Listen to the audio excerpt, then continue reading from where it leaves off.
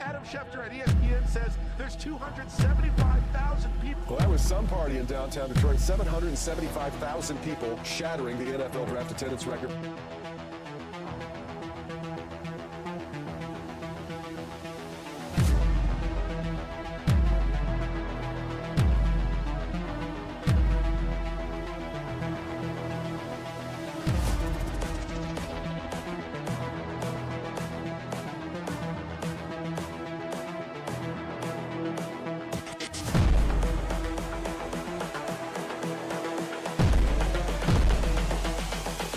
This is the future. All grit.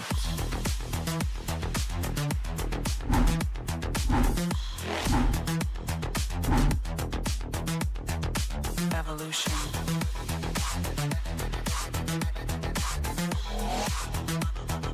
This is the future. All grit.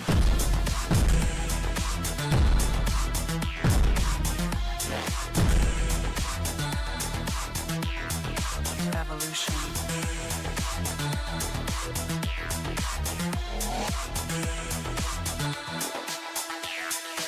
All grit.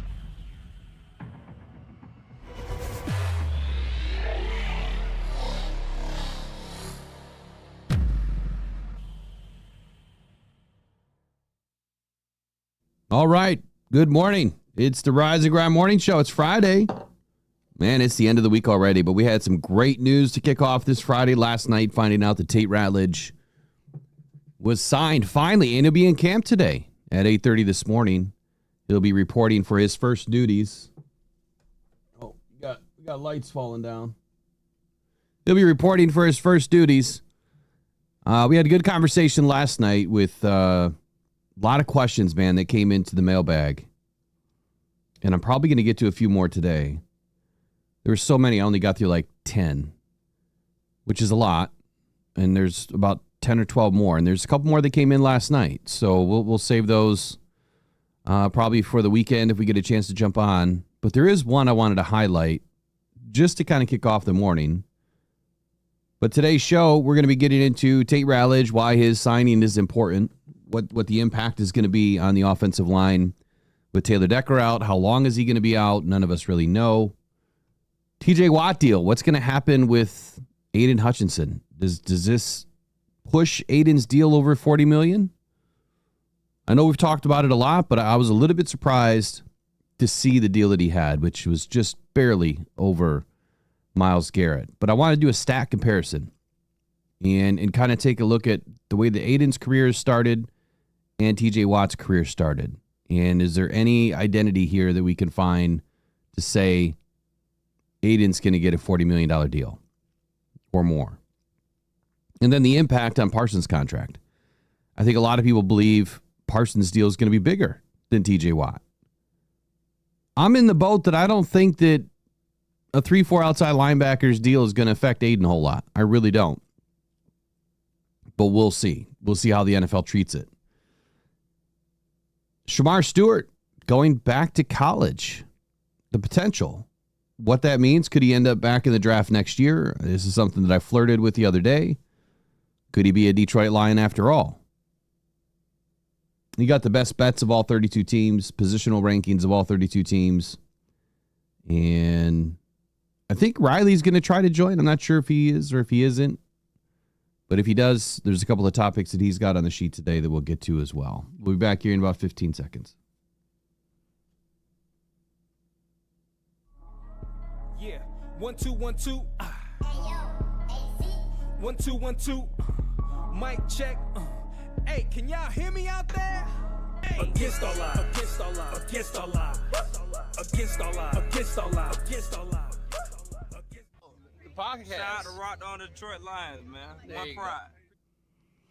Okay, let's kick it off, man. I'm gonna bring up an email that I got this morning, or maybe it was last night. I saw it this morning.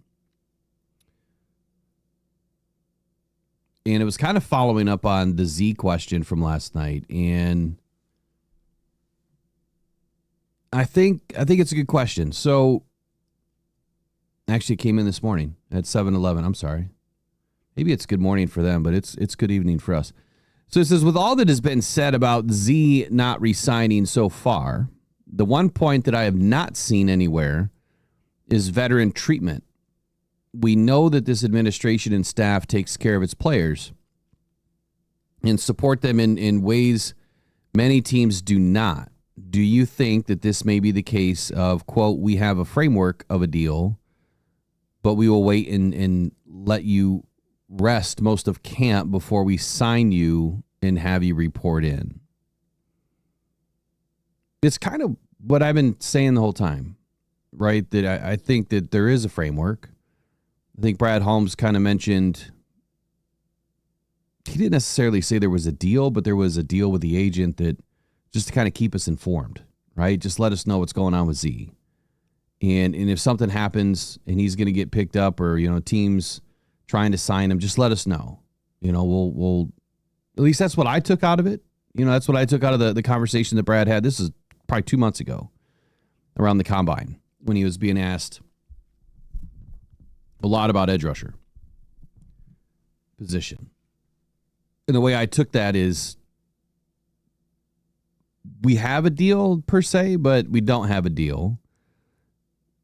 The way I understood it from the conversation I had with the former executive in the NFL is quite simply, week 1 makes the most sense. And I said that last night. So I'm going to say the same thing this morning. Even if there is a framework of a deal, I don't think it happens until after week 1, because then that deal, it helps the team not having to guarantee the entire deal. Though that doesn't mean that they can't put a fully guaranteed contract together. But the way the NFL rules work with the NFLPA and these contracts, it's working in his favor. Meaning Brad Holmes. So hopefully I answered your question. And that was, who was that this morning?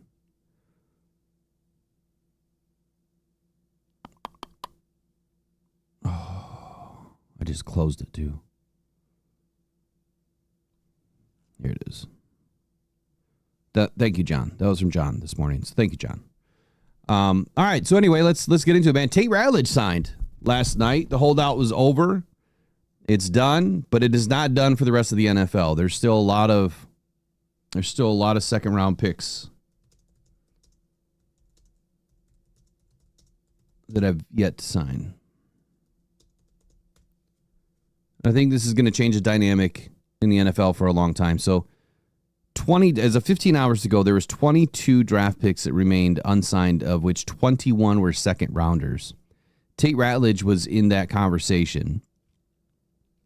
He is no longer. So as of this morning, you have at least 20 second round picks that are left unsigned. And of those names, you have Quinshon Judkins, Jonas Savigny, Travion Henderson, Luther Burden, Tyler Shuck, Mason Taylor, JT Tuimolo, Terrence Ferguson, Will Johnson, Yariante Ursary, Demetrius Knight, Elijah Aroro, Nick Scorton, Oluwafemi Oladejo, Benjamin Morrison, Anthony Belton, Jack Besh, Trey Amos, Omar Norman Lott, and Andrew Makuba. I'm sorry, but I'm going to have to say this. This might be the best second round draft I have seen in a long time. Just looking at those 20 names, that's an insanely talented second round. I don't know how you could have picked a bad player in the second round this year. Man, when you look at the signed second rounders, linebacker Carson Sweshinger, wide receiver Jaden Higgins, safety Nick Emanawari, defensive tackle TJ Sanders, Alfred Collins, Donovan Ezeraku, wide receiver Trey Harris, Ozzie Trapillo, Mike Green, RJ Harvey, and Shamar Turner. My goodness, what a talented second round this was. I didn't realize how incredible this draft was going to be. I mean, I figured it was going to be an extremely deep draft, excuse me. You guys heard me say it time and time again. I thought that the meat of this draft was going to be in that that 35 to 45, 35 to 50 range. And that's like the third year in a row that there's been some extremely talented football players in the second round. This is going to be a fun draft to watch. In 3 years going back and regrading, where did they end up? We're going to have a handful of first rounders for sure coming out of the second round.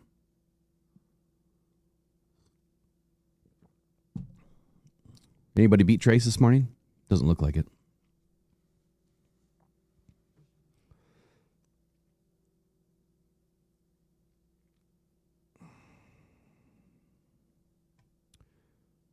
Eric is at the Super Bowl of Rock shows this morning. Yeah, he's up in Minnesota, I believe, somewhere.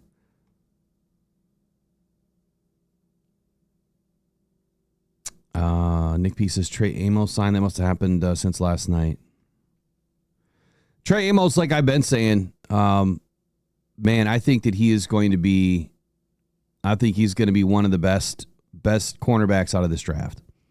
I said it from day one. I watched that guy climb all the way up, and I was getting razzed a little bit because I compared him to Terry and Arnold, which he played with Terry and Arnold, I think for at least one season at Alabama. I mean, they were teammates at one point, but very similar style. Very, lanky arms, long arms, wrap tacklers. The guy stays in phase. I mean, he's a hell of a corner. And the fact that he was picked in the second round, the team got super lucky. He was a first rounder all day. All day. I know that Brad Holmes says that he can pick some cornerbacks. That might be one of my better positions, I think, that I can hone in on is corners. I don't miss a whole lot on corners. And no, I did not want Jeffrey Okudah either, by the way. All right, let's dig into the rest of the news today. We'll see if this is going to last 2 hours this morning. It's been a long week. All right, so let's dig into this TJ Watt deal for a moment. So last night, the news breaks, he gets this huge extension. The 1-2-3 extension is what they're calling it. $123 million over 3 seasons. Now, immediately the impact for Lions fans is what's going to happen with Aiden Hutchinson. How are the Lions going to be able to afford this? Is Brad, fully prepared for this? I would think that he is, because we're sitting at $48 million of salary cap, or close to. And I would say a lot of that is needing to roll over to next season to be prepared for this. So TJ Watt and the Steelers agreed to this 3-year extension last night that made him the highest paid non-quarterback in the NFL. But he also turns 31 in October. I was a bit shocked that this guy is going to get this kind of money, but so did Garrett. Which means Trey Hendrickson, is he going to get anything close to this kind of money? I think the Bengals are going to try to force him to play, and this is the last year in Cincinnati. I don't see anything happening right now with Cincy. They've totally fumbled the football with him. So he gets $108 million fully guaranteed in this deal, which is about 80%. And he's averaging about $40.25 million per year. That is insane. To put it in perspective, Jamar Chase is making $40, and so is Myles Garrett. Now, Watt led the NFL with 73.5 sacks in the past 5 seasons. And that's a big number to kind of stick in your cap this morning when you're thinking about this. Is that why he's getting paid? That's the conversation, right? Is he getting paid for sack production? And the answer is no, he's not. His stats otherwise, not including sacks, are pretty impressive. How about the 33 forced fumbles that he's caused, in the last 9 years of playing in the league? And in the last, 3 years. Well, they went 5 years with sacks, right? 73.5. So in 2020, he had 15 sacks.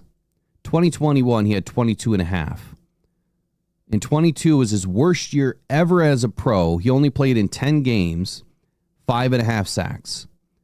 19 in 23 and 11.5 in 2024.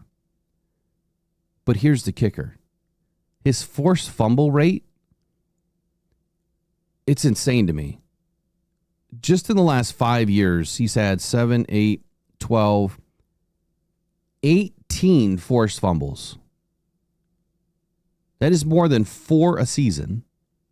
And I don't see any other player in the NFL really getting close to that kind of a number. So he's not just affecting the game behind the line of scrimmage. He's also affecting the game beyond the line of scrimmage, knocking the ball out. He's pulled down a few interceptions, 3 in the last 5 years. His pass defense rate is also really good. He's had 50 while he's been in the league, but in the last 5 years, he's put up just gaudy numbers. 31 passes defensed in the last 5 seasons, 12 in the last 2 seasons.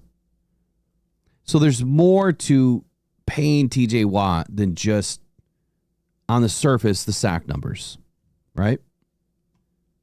Let me pull in another example here. Let's take a look at Aiden Hutchinson for a moment. Yeah, I should probably throw some of this on the screen.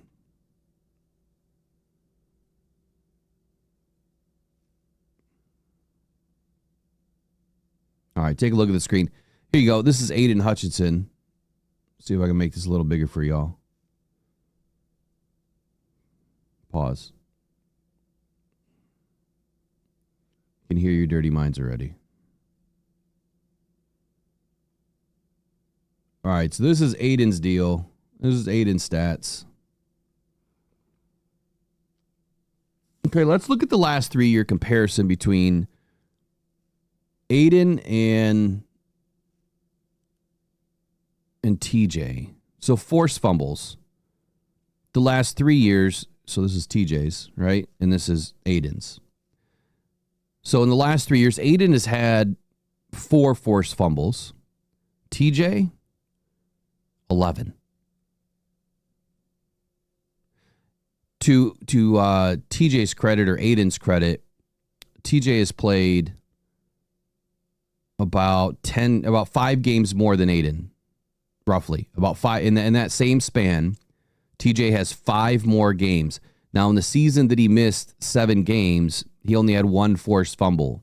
So in the 2 seasons that he played fully, so if you were to compare 2 full years and a partial year, it's exact same math that I'm trying to do here for these 2 guys. TJ Watt's numbers are insanely better. 11 forced fumbles to Aiden's 4. Okay. All right. Aiden has, we'll go last 3 years because Aiden's been in the league 3 years. And that also gives us a partial year for TJ. Aiden has 28.5 sacks. All right. TJ has, in the last 3 seasons, partial year he had 5.5, just like Aiden did. All right. Or no, let's see. Aiden had 7.5 last year. So he had 5.5 in his partial year, but he threw up 30.5 in the last 2 seasons. So 36 sacks for TJ, 28.5 for Aiden. That's almost a whole season extra of sacks for TJ, for a lot of players in the NFL. 6-7 sacks is an entire season for a player. So yes, the production matters, right? Production matters. And it's not just production from a sack perspective. Like we can get a lot more granular, which I didn't, right? I will at some point. But I'm not going to get into it this morning because it takes a lot of research for me to get really granular as far as the pressure rates and all of the pass rush win rates and that we can get into to really compare a few of these guys and how they stack up to each other. If I look at the tackles, 122 for Aiden down here in the last 3 seasons. TJ, let me go back to that. Aiden, that's total tackles, 122. Solo, 82 tackles. Solo tackles, 82 for Aiden in 2.5 seasons. 2.5 seasons for TJ. He has 40, 88, 108, 115 solo tackles in 3 seasons to Aiden's 82. Again, that's a whole season, right? So 115 minus 82 is what, 33? That's a whole season. When you look at, I mean, he had 36 and 23, 34 and 22. TJ Watt had, 40, 48, and then 27 in 10 games. So that's a whole season more than Aiden Hutchinson. And he only played 5 more games than Aiden. So what's next? I think that's really it, right? We've gone over solo tackles. We've gone over sacks. We've gone over forced fumbles. About interceptions, I think we went over that too, but we'll run over that again. 4 interceptions for Aiden Hutchinson. Amazing numbers. Amazing numbers. How many interceptions for TJ? So 3. So he's only 1 less. Now TJ doesn't have a gaudy stat line for interceptions, but he's gotten an interception in all but 3 seasons. Aiden, I mean, he started off his first year just grabbing balls out of the air, man.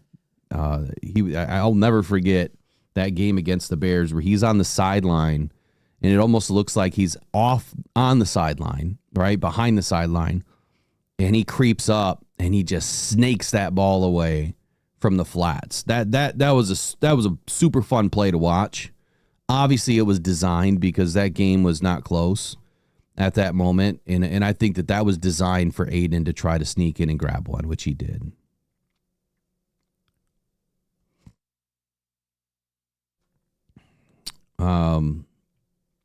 Anyway, so with these 2 comparisons, and I'm glad that someone else just mentioned it in the chat too, that like Nick P says, TJ and Hutch are playing in a different system. They are.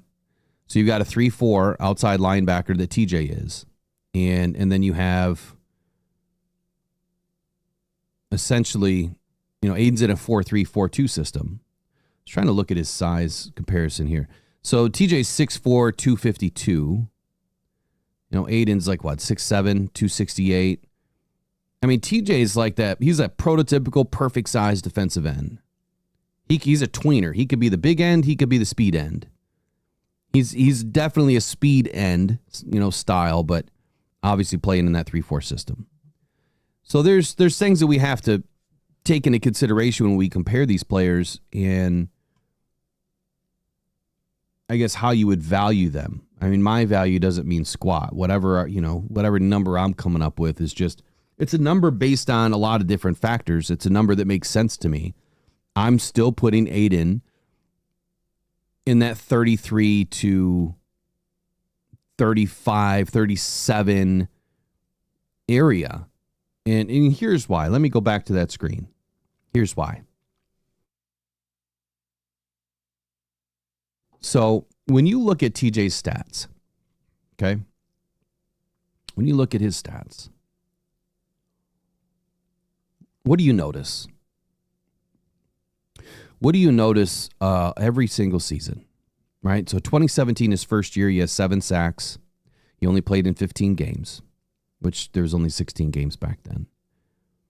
The next year, he jumps up to 13. The next year, he jumps up to 14 and a half. The next year, he jumps up to 15. 2021, he jumps up to 22 and a half. Is that the league record? Didn't he beat Strahan? And then the next year, he drops down because he has a lot of injury to 5.5. But for 5 straight years, he increased his production.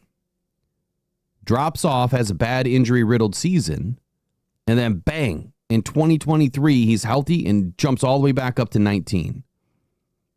And then last year, not a great year for Pittsburgh, but 11.5. And TJ was kind of banged up last year too. So the point that I'm trying to make is the guy is super consistent, but he's also been doing this for 8 years, 8 seasons at this level. Aiden's been in the NFL for 3 years.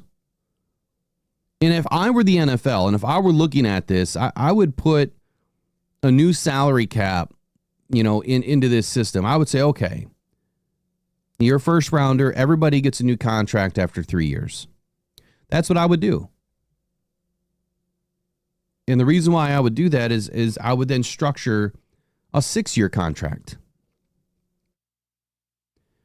And what that contract would be based on percentages. It would just all be percentage based. Now, I know a lot of people don't like that because it's, we live in a capitalism type of a world and everybody wants to make what they want to make and they deserve to make that. But for something in the NFL, it could work in the NFL. I guess is what I'm trying to say.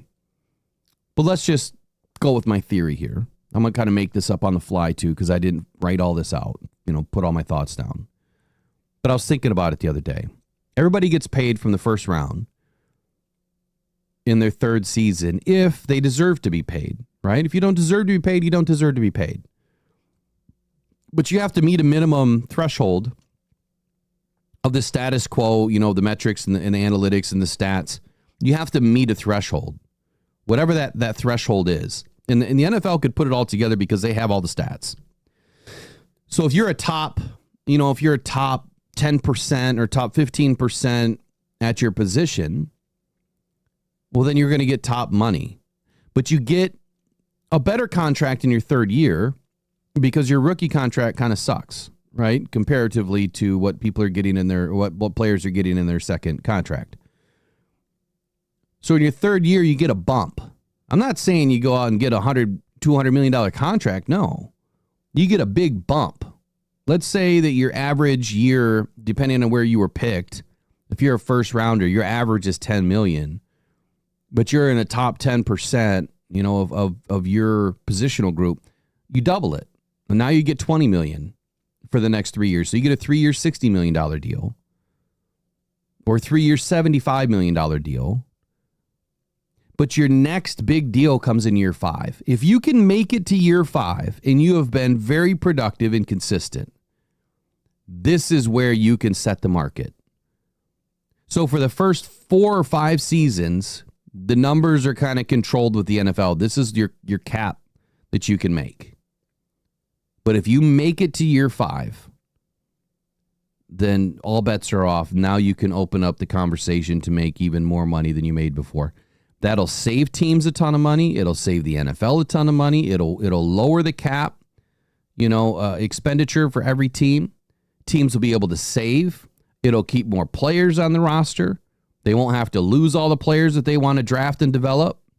Now, the player doesn't have to stay there, but this way a team is not forced to lose them either. So I think if they structured it, from that way, you get a rookie deal. I think a 5-year rookie deal is long. To have a 5th-year option, that's a long time. But I also understand that rookies take 2 to 3 seasons. And I think that a lot of Lions fans are missing that. When they're talking about Broderick Martin or, Kirby Joseph, even if Fetu Melifonwu, any of the guys that we've brought in that have been projects at times. If you haven't been a first-round pick, you're essentially a project, right? If you're not a second-round pick, you're a project. So 3 years is like you either got it or you don't. 2 years is you better have something after a year. But largely, guys that are drafted, it's going to take them 2 to 3 seasons to really start to play well. There's going to be a few that play extremely well right off the get, but it's rare.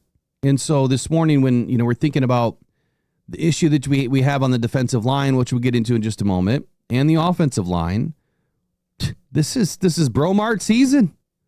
That's what it is. It's Bromart season right now. That dude is gonna have to be somebody this season. Miles Adams is going to have to be somebody this season. And right now, like I said last night, that pick with Lopez, my God, that looks super smart right now. Super smart. I am so elated at the fact that Brad Holmes brought in Lopez, because without him and having Levi Onwuzurike out right now, which could be a massive injury that takes away his whole season. Brad also looks extremely smart for getting that guy for peanuts. So, anyway, I'll step off this contract talk. I just feel like there's a way that the league, the teams, I know the players probably wouldn't like it a whole lot because they want to be paid. But I do believe that there's a way to structure this that they can make more money and it'll help the teams out at the same time.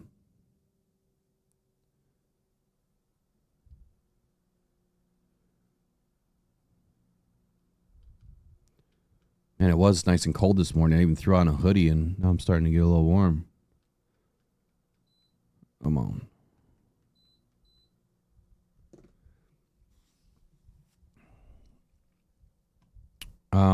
Michael Garrity says ticket prices, unfortunately, will continue to rise. Yes, they will. But that's why we're trying to give away. That's why we're trying to give away some stuff for you guys to get in to see a game.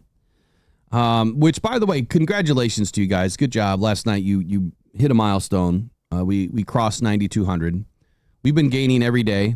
The last I don't know, week or two, we've been gaining, 15, 20 a day of new subscribers, which is great. So we are going to, you've triggered the first training camp jacket giveaway, and I'll make sure that we get that done today. So, or by tomorrow. Tomorrow's Saturday. I want to try to do something tomorrow. So if I don't get on tonight, I'll be on tomorrow, and we'll make sure that happens. I want to make sure that somebody gets it so they have an opportunity to wear their jacket at training camp. If they go.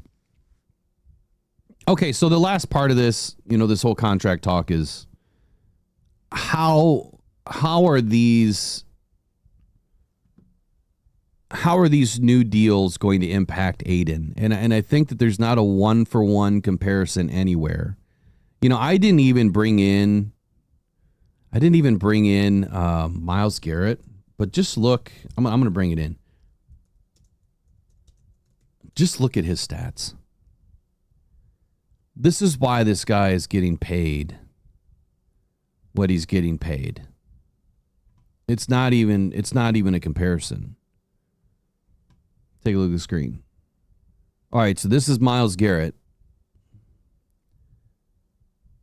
Going back to 2017 was his worst year in the league. Now, TJ Watt, in my opinion, has better stats than this guy. But if you look at the consistency here, he went from 7 sacks his first year in 11 games, and then jumped up to 13 and a half, and then he dropped down to 10 games the next year with some injury concern in 2019. Still had 10 sacks, a sack a game. And then he had 14 games the next year, 12 sacks. 17 games the next year, 16 sacks. 16 games the next 2 years, he had 16 and 14 sacks. And then last year, 14 sacks. So 102.5 sacks in the last 8 seasons. But it's the consistency. Look at the forced fumbles, 20 in the last 8 seasons. No interceptions. That's not his game. Right? Look at his solo tackles. Right in line with what you're seeing with TJ Watt. Right? Here's TJ Watt. Solo tackles. He's averaging probably 40. We'll call it 42 a season. I don't know. My math's not mathing, right? So what's 331 divided by 8?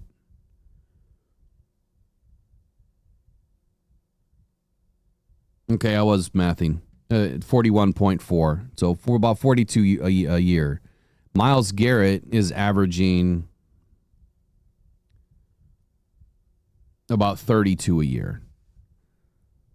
So very similar, right? So it makes sense as to why TJ Watt got a bigger deal. But again, his stats are far better than what Myles Garrett's are. Far better.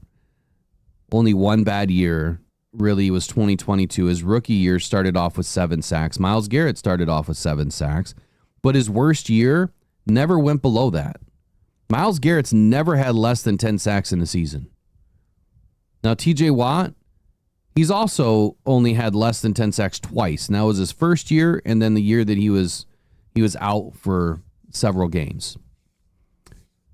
But it's the consistency for both of these guys. Looking at Aiden Hutchinson one more time, his consistency has been there, right? I think that last year, again, I'm not going to give him a ton of credit for going up against those cheap 3rd and 4th round tackles. I'm just saying, and playing on the left side, not the right side.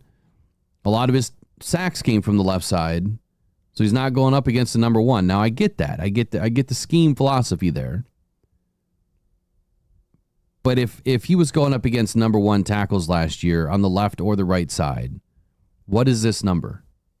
Right? What is that number now? Because remember, he got 5 sacks, 5.5 sacks in one game, which makes these numbers look really gaudy. So all I'm saying is we need to see consistency back this season, and I'm hoping that he has it. But Aiden's consistency is right in line with TJ Watt and Myles Garrett from a consistency factor. So at the end of the day here, to end this little segment on will it or won't it affect Aiden, I think it will. But for some reason, I still have him below that tier. I'm putting him in that $35 million bucket until he signs something bigger than that.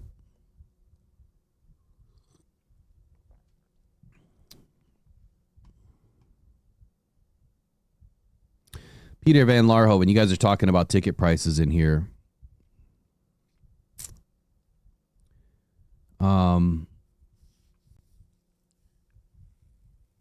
He says in the last 10 years, the NFL has gone from a league that I could go to multiple games per year to one game and zero chance at that game being a playoff game. It's sad, man.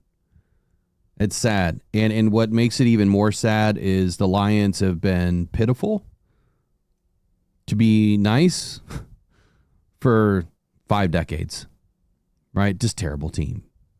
And we've had some bright spots with Barry Sanders and Matthew Stafford and Calvin Johnson and Ndamukong Suh. We've had some bright spots over the last 5 decades. But we've never had what we have now. And the way that the Lions repaid their fans was tripling ticket prices. Literally. What used to cost, $50 a seat, up in the 200s is now $150 a seat for a season ticket price. But if you want to buy that ticket to go to one game, it's going to cost you $350 now to sit in the second row, the second level. Yeah, you're in row 4 or 5. It's a really good row, but that's crazy, especially when there's so many fees tacked on. That's what makes it unaffordable, are the fees. And I've said this to you guys before, and I'll say it again. The fees are due to the Lions. That is not because of Ticketmaster. And that is my understanding based on the Ticketmaster facts, the fact page that I've read, because they caught a lot of flack for all the fees. And so they printed a bunch of stuff on their website. You can go read it, where it'll tell you that the fees go back to the stadium. They go back to the venue. They don't go to Ticketmaster. Ticketmaster averages 2% of the ticket price. The rest of the money goes to the venue. So, and if it's a concert, a large part of that goes to the venue, but also the actor or the singer, right? Whoever's performing. A lot of that money goes back to them. So the Lions triple their in-game price just for season ticket holders, and then they tack on $100 of fees for every ticket or more. It's a percentage. And it fluctuates big time because you can go from site to site to site, and there's way less fees on other sites. And something I've always said, and if any one of you guys want to get together and do this, I would be more than willing to open up our own ticket site somehow. So we need some coders, we need some web developers, we need some app developers, and we should just make our own site. And I've flirted this out there too. For season ticket holders, how come the Lions don't have, we have a way to trade tickets back and forth through Ticketmaster, right, in your Lions account, but if you're a season ticket holder, you shouldn't be paying any more fees. If a season ticket holder wants to transfer you a ticket, well, you're going to get in trouble at some point because Lions are going to look at that like you're selling all your tickets. But if you're transferring it to a season ticket holder on what would really be a season ticket holder exchange, you shouldn't be paying any fees. Maybe a small transactional fee, $5, $10, whatever. But if you're trying to buy additional season tickets to bring some more, of your family and friends to the game, you shouldn't be penalized, and there should be a way that the NFL is doing this to take care of season ticket holders. If you're not a season ticket holder, then you're going to pay the fees. It is what it is. I don't agree with it, but it is what it is. And it sucks. It sucks for a lot of people, man. It's really expensive. And that's why, I've been trying to put together these away games 2 years in a row, we have not been able to put it together because people are not getting their deposits in, and we're not going to put up $100,000 for tickets.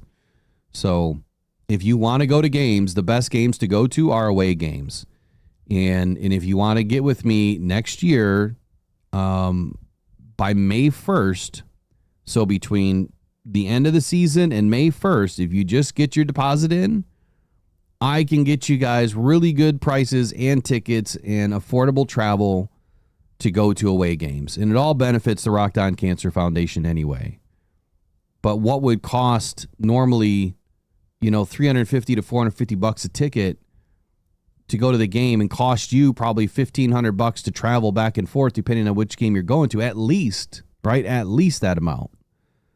You're going to pay that price or less to have an all-inclusive adventure. Maybe my marketing skills suck on this, but maybe there's not enough people listening to this podcast that have heard it.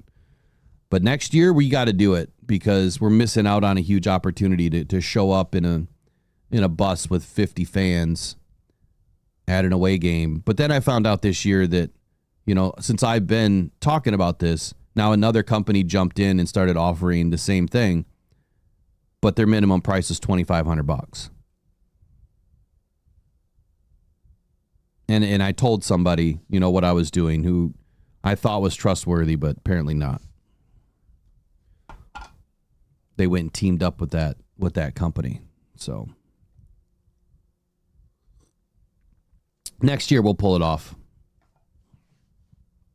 We'll pull it off. We still might pull off 1 or 2 games this year, but we'll pull it off next year. You just got to get in early.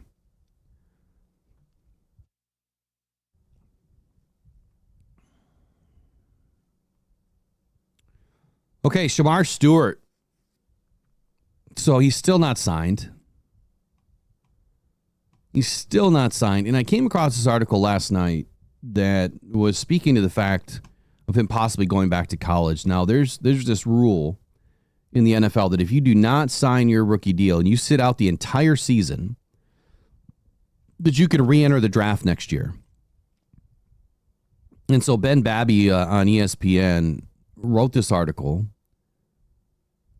got some information from Texas A&M because Shemar Stewart went back to school. He went back to school this summer to go and train. Here's the conversation, that they don't think he's going to return to Texas A&M, but Texas A&M is not saying they don't want him. They kind of said the door's open, and he still has a full year of eligibility left. I don't remember this ever happening in the NFL where a player's not signed and they go back and play another year and then they re-enter the draft. I don't remember that ever happening. But let's just say that it does. That then gives the Lions, if they want Shemar Stewart, an opportunity to get him finally next year. Here's what the article states. As Texas A&M coach Mike Elko on Thursday was quashing any speculation about Cincinnati Bengals rookie defensive end Shemar Stewart potentially seeking a return to college amid a contract dispute with the NFL team.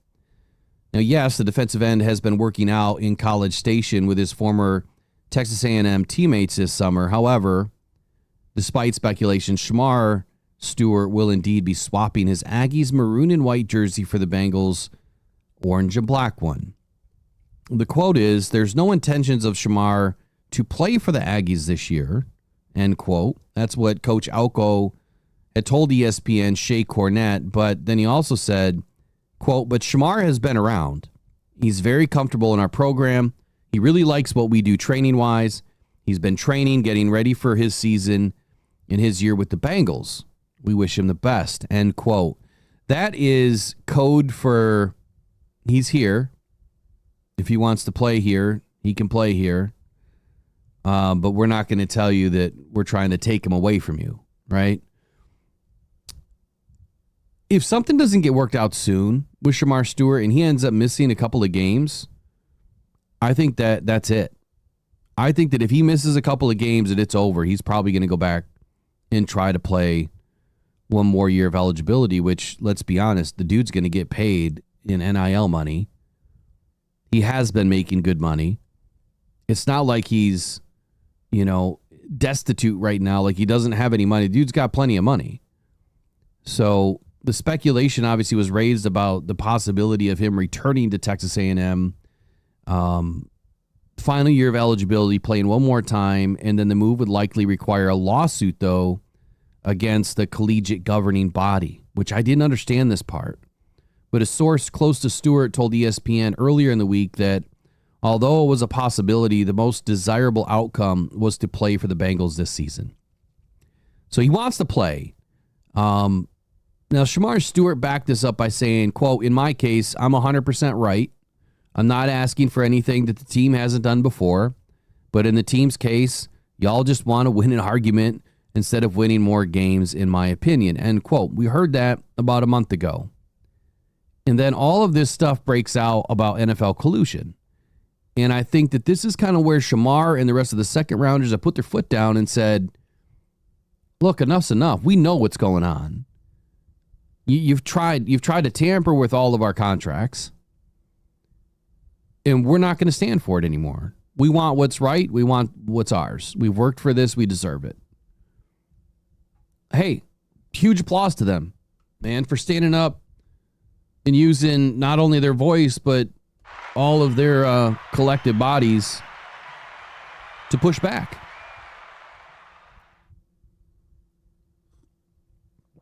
And it's going to change the NFL for decades.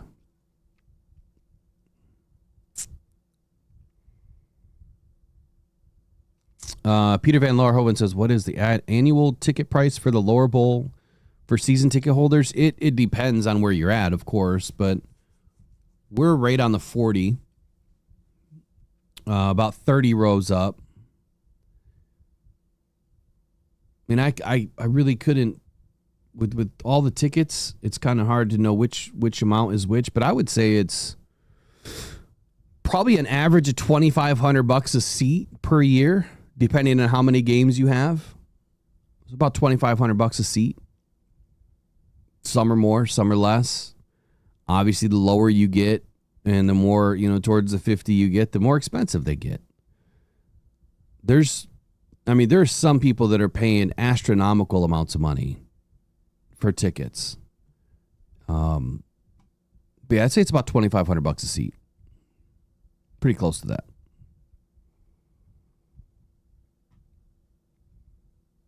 So thoughts on Shemar Stewart? Do you guys think there's a chance that this happens?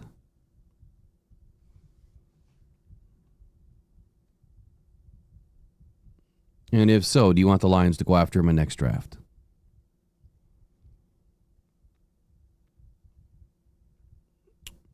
All right, up next, let's dive into the Detroit Lions news for the rest of the day. Man, Tate Rattled signs last night. What an amazing bit of news we had when we were live. In the fact that, he's in solidifies a lot of worries for me, but at the same time, I want to know how worried you guys are right now.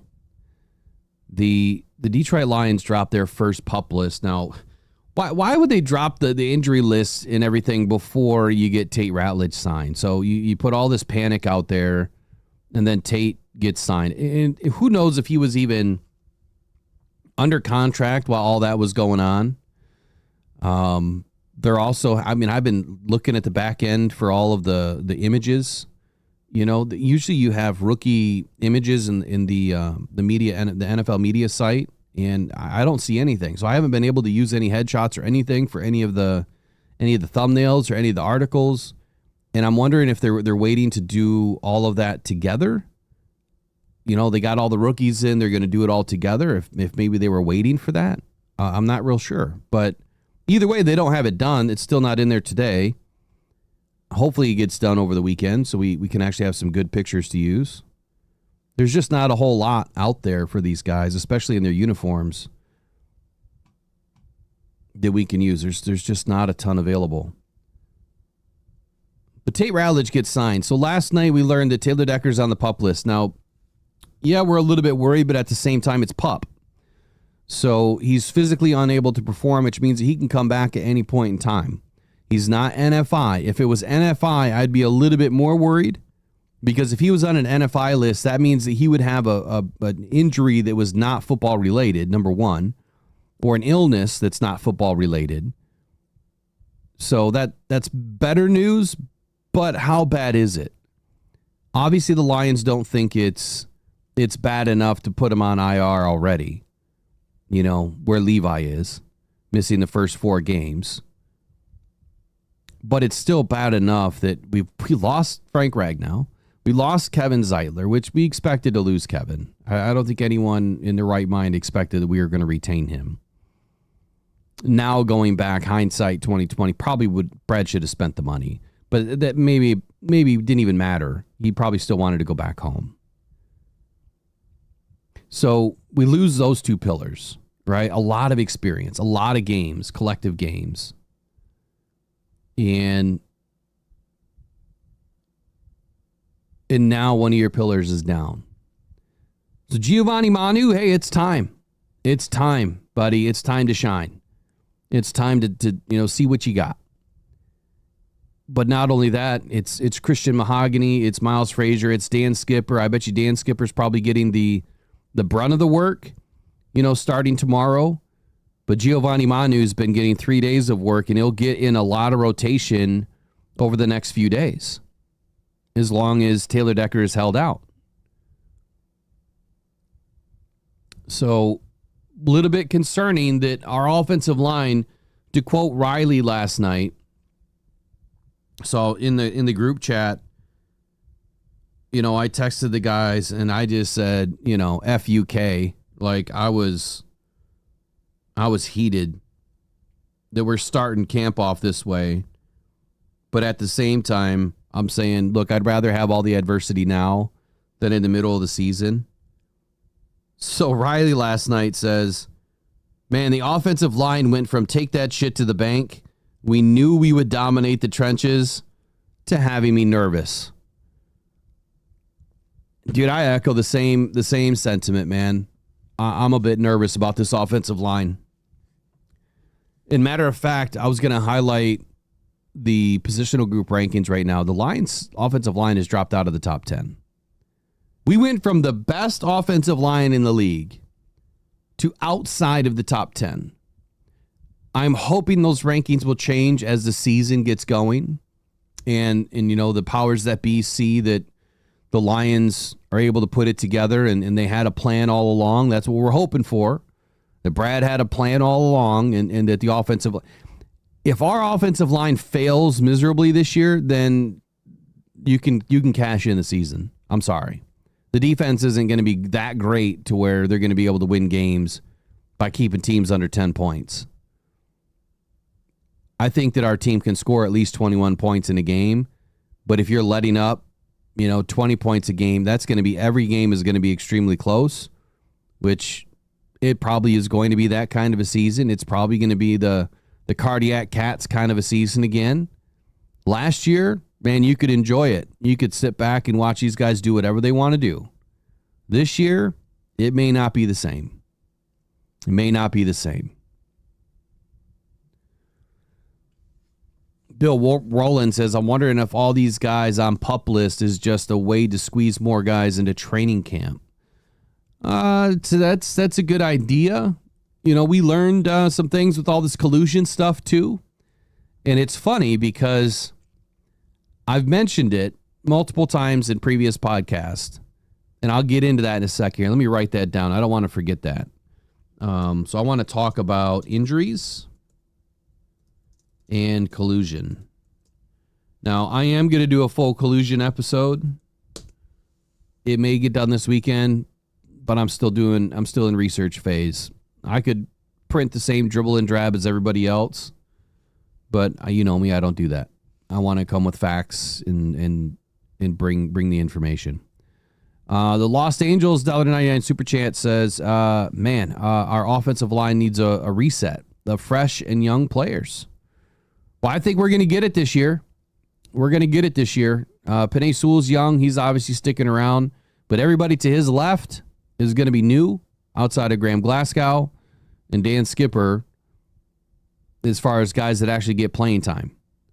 So everyone to his left are going to be brand new. And now Taylor Decker is out. So he's leaving it wide open for some guys to get some action.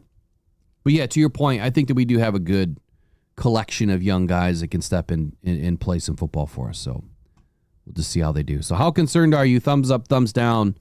Lions will be ranked higher than the top 5 this season. Thumbs up or thumbs down, the Lions are going to rank outside the top 10 to finish the season. What's more likely for you guys and ladies this morning? I don't even have the chat open on the other screen. Hold on a sec here.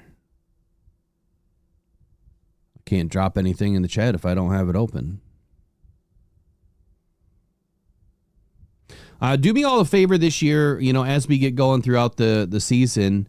It is extremely important that we get, likes and comments. If you guys could get the likes and the comments up, that would help. Even going into the comment section when the show is done and just even putting an emoji in, just saying hi, just saying what's up, whatever. I try to get to all the comments. I try to respond to all of them in kind. So if you could do me a favor and do that, I would love to chat with you guys, behind the scenes in the comment section and carry on the conversation. So if there's any bit of this podcast, throughout the week, throughout the year that we, you find good parts that think maybe we should store for later, clip it. Just go right in and clip it. There's a button on your phone or on your laptop, whatever you're watching from. You can hit clip. You can clip 60 seconds, 90 seconds, whatever it is. And then you can share that clip. You can either share it to our mailbag at mailbag@rockdown.com, or I think you can just clip it and share it right to your YouTube. I'm not sure where the clips actually go, but you'll be able to save it and let us know. Or just let us know. Just let us know what time, we should clip something. So how's ads doing this morning? Did we get enough likes up, Trace, to get ads off yet? Looks like we got 44 likes. Let's get that up to 60 this morning. We'll get the ads turned off. I know ads are killing you guys. We got a hard out. It's 9 a.m. We're about to be. We'll be right back here in 15 seconds.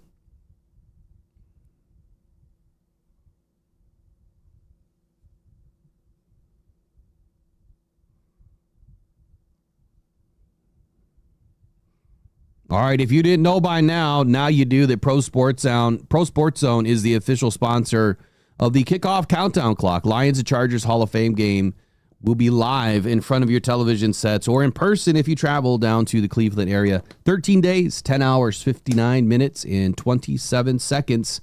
But do us a favor. Don't wait that long to get into Pro Sports Zone. Get in there today at Livonia, or in Livonia, Park Place Mall and Laurel Park Place Mall, and get your Lions gear today. John Yu does a fantastic job. He has every sport imaginable, every player imaginable in that store, whether it's hockey, baseball, college, it doesn't matter. He has it all. Football, NBA. Visit John Yu today at Laurel Park Place Mall, Pro Sports Zone. Get in the zone. That was a terrible ad read. Mouth's not working today. I'm going to have to pre-record that one. Some days you just fail. I failed. Sorry, John.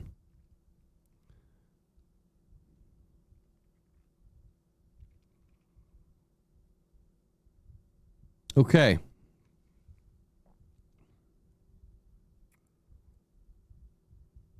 So I wanted to talk about the injuries and collusion for just a brief second. After going through all this research and listening to what everybody has to say, I remember a few months ago, and it was probably during last season, that I had said, these guys are, I hate how this microphone is like in my face. These guys are using what I consider to be fake injuries to not play for a team and to potentially be traded to another team if they're not happy with their team. Well, that came out. That came out in the collusion case. So when you see that, players are injured and they're kind of holding out on the sideline, and it's called a hamstring. Davante Adams, case point number one. Davante Adams had a hamstring injury all of last year, right? Or at least the beginning of the year, until he was moved off of that team. So if you go back and look at last year, look at how many hamstring injuries there were. And I'm not saying everybody with a hamstring injury didn't have one. I'm not saying that everyone with a hamstring injury was trying to hold in and didn't want to be a part of their team. But what I am saying is during this collusion conversation and all the information that has just been pouring out and everything that I was researching last night, wow, did it get deep. And is there some big problems in the NFL brewing right now? The injury thing is real with players faking injuries because they don't want to be on that team or they don't like their contract. Whatever it is, they don't like the competition. My question is, since the NIL and the transfer portal has been so nutty over the last 3-4 seasons, is that a cause, for concern in the NFL? Meaning, and Dan Campbell said it, right? I mean, they said, what is the one thing that you can do to not be a Detroit Lion? That's transfer a lot. But now when you enter the NFL, you're going to think, well, it's just easy enough. I'll just transfer to another team. No, it's not. It's not easy. So you fake an injury because you don't want to be on that team. And it's crazy that these guys have to go to that length, but it makes you wonder how many guys are battling injury. Jonah Jackson, the dude had like a bad fingernail, right? Couldn't play. Ifeatu Melifonwu had a bad fingernail or whatever, bad finger, couldn't play. Yet Carlton Davis is out there with a club. You know what I'm saying? Like, there's guys that are, Alex Anzalone's going out there with a carbon fiber wrist. Guys are playing because they want to play football. So I think that the writing was on the wall for those guys. That they didn't want to be on the team anymore. The Lions didn't want them, for whatever reason.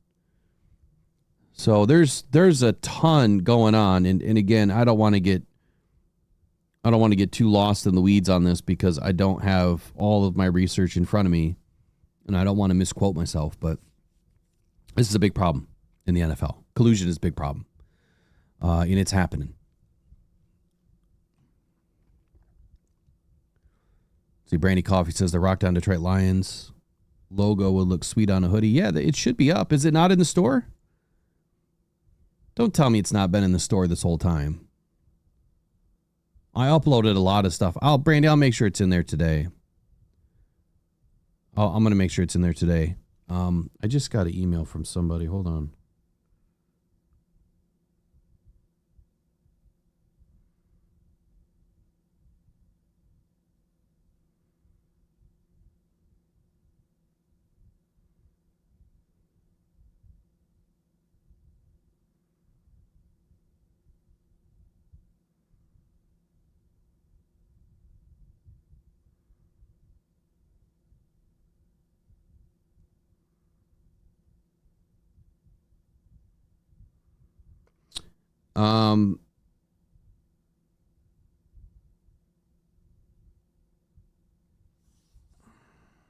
Sorry, one sec.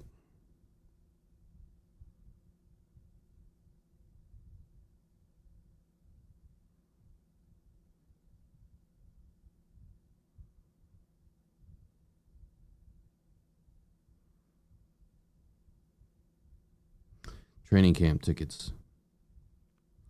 So tomorrow, I'm going to be giving away training camp tickets too. So I don't know if you guys have sent in anything. I'm going to check the mailbag right now. I haven't seen anything in the mailbag. If anyone has recommended a family, some kids, that want to go, obviously with their family.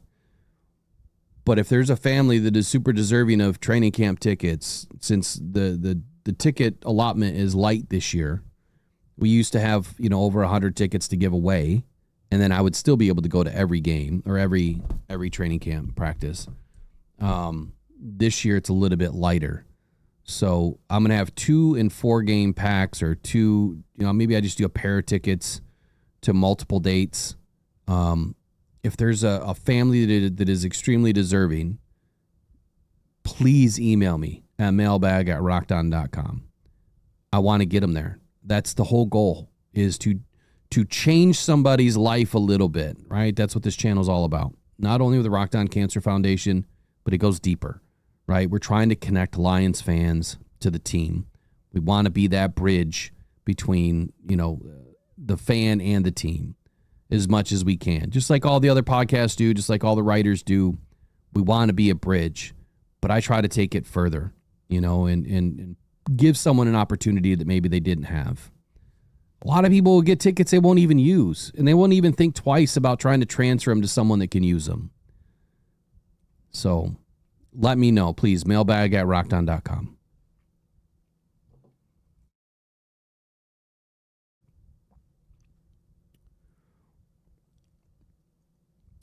James, is there any official release of who's signing at which training camp days? I don't know. See, I don't really care about the signings. Now, I know that's a good way to get some free autographs, but if you notice, there's less and less and less of that going on because these players will do a signing with John Yu at Pro Sports Zone where they make a boatload of money. So there's less and less signings going on at training camp. I remember when I used to go when I was younger, but even 10 years ago, I think it was about 10 years ago, Charlie Sanders was still alive back then. Like, he would just come and hang out with us, on the sideline. And I remember just having conversations with him for the whole time I was there. And the old story is, man, when I shook his hand, like, his freaking mitts. I mean, he had like these big, soft hands, but just giant hands. And, just the nicest dude ever. But back then, guys were signing everything all the time. Before practice, after practice, they would come over and hang out. And there used to be a tent that we used to walk into. You would get into the tent, and there'd be 4 or 5 guys at a table, and you could get, everyone's autograph and get pictures with them. Ever since COVID, a lot of that stuff has disappeared. Now there's VIP tents, and I'm not sure if players are going in there all the time, but I would assume that they are. I still don't know how to get into the VIP area. Not that I need to be, but I'm just curious on how you do it. I know you have to be invited or, player's family or whatever, but as far as autographs, you can hit up John Yu at Pro Sports Zone and see what his schedule is. I'll try to share that stuff as it becomes more available. I'm still waiting for Ahmed Hassanin to get scheduled.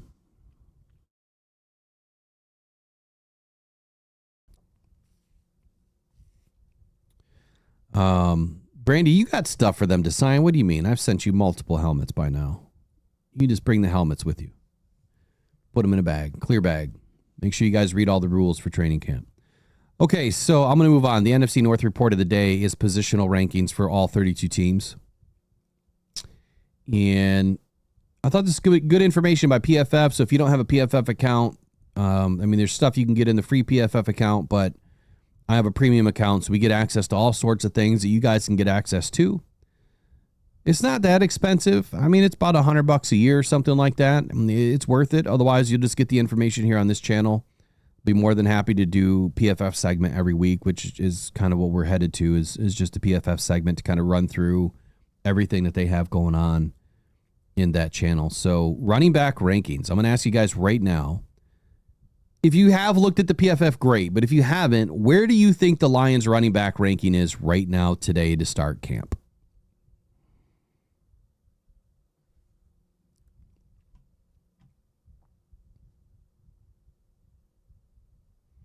Let me put a little Q&A up here.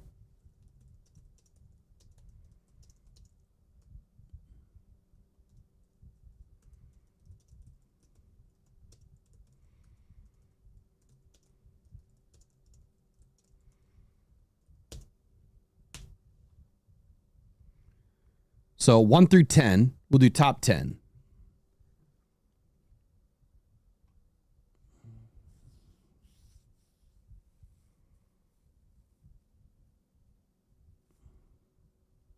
Top 10. Where do you think the Lions rank in the top 10? Brandy says, I'll bring my package of Lions napkins. Oh, that's right. I sent you Lions napkins too, didn't I? That's courtesy of Brian King, Megan's dad. They gave me some Lions napkins that they found, and I thought, what a better use than to hand them out to some of the elite members. Yeah, so where do the Lions rank? Where do you think they should rank? So let's do that. So your first number is where do you think they should rank? The second number is where do you think they rank now? Wickster says 1. Michael Garrity says I would rank the Lions number 1. Trey says 2. Gonna need some Lions tissues for some of these fans. That's a good, yeah. I know who you're talking about, man. The whiners and the criers. I hope Bromart has like 20 sacks this year. I know that's not going to happen, but I'm just saying I hope he does. Bobby May says 1. Bill Rowland says 1. The napkins you guys really need are the Bears napkins, right? And you set them right next to your toilet and you know what to do.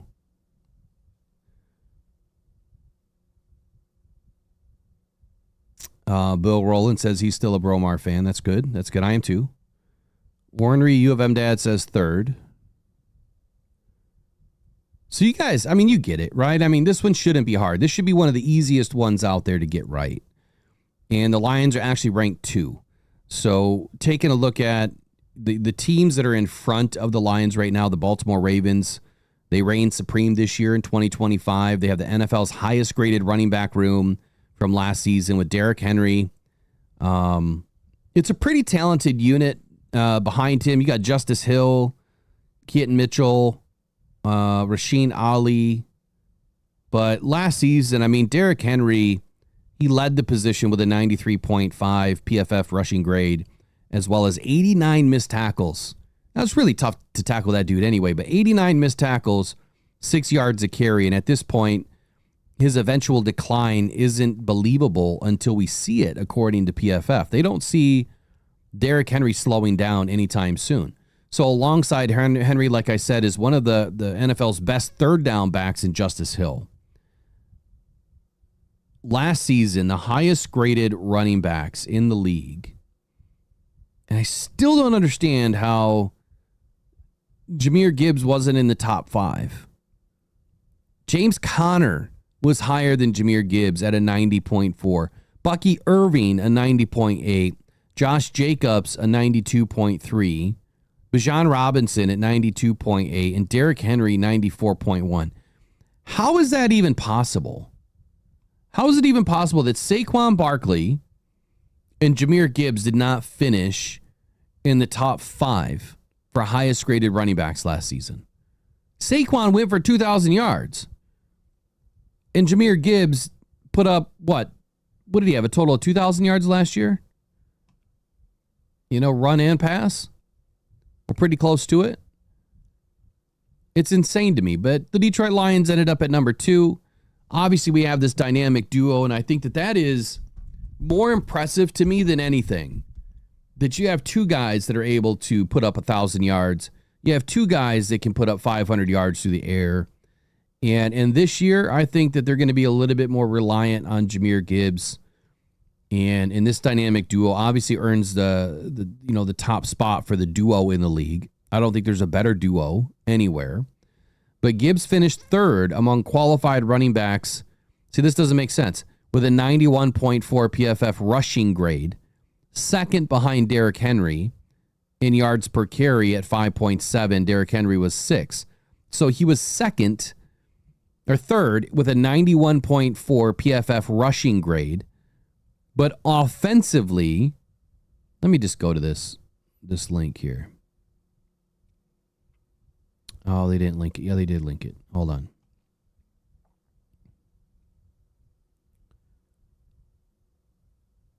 I'm just going to do regular season only.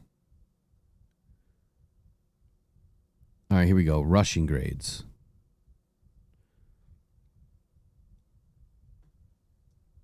Wow, that's small. All right, Derrick Henry, yeah. So he wasn't 3rd. Jahmyr Gibbs was 4th on this list at 88.5.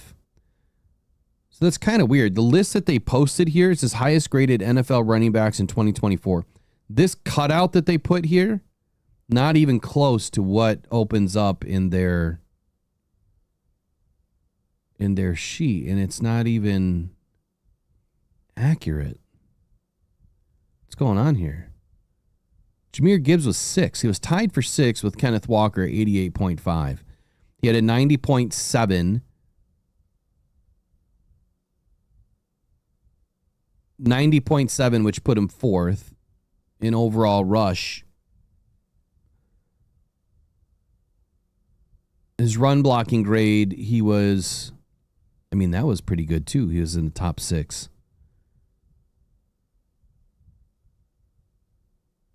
But yards after contact, Jahmyr Gibbs 3.34, which ranked him, well, some of these players you can't even have in here because I got to do minimum run attempts.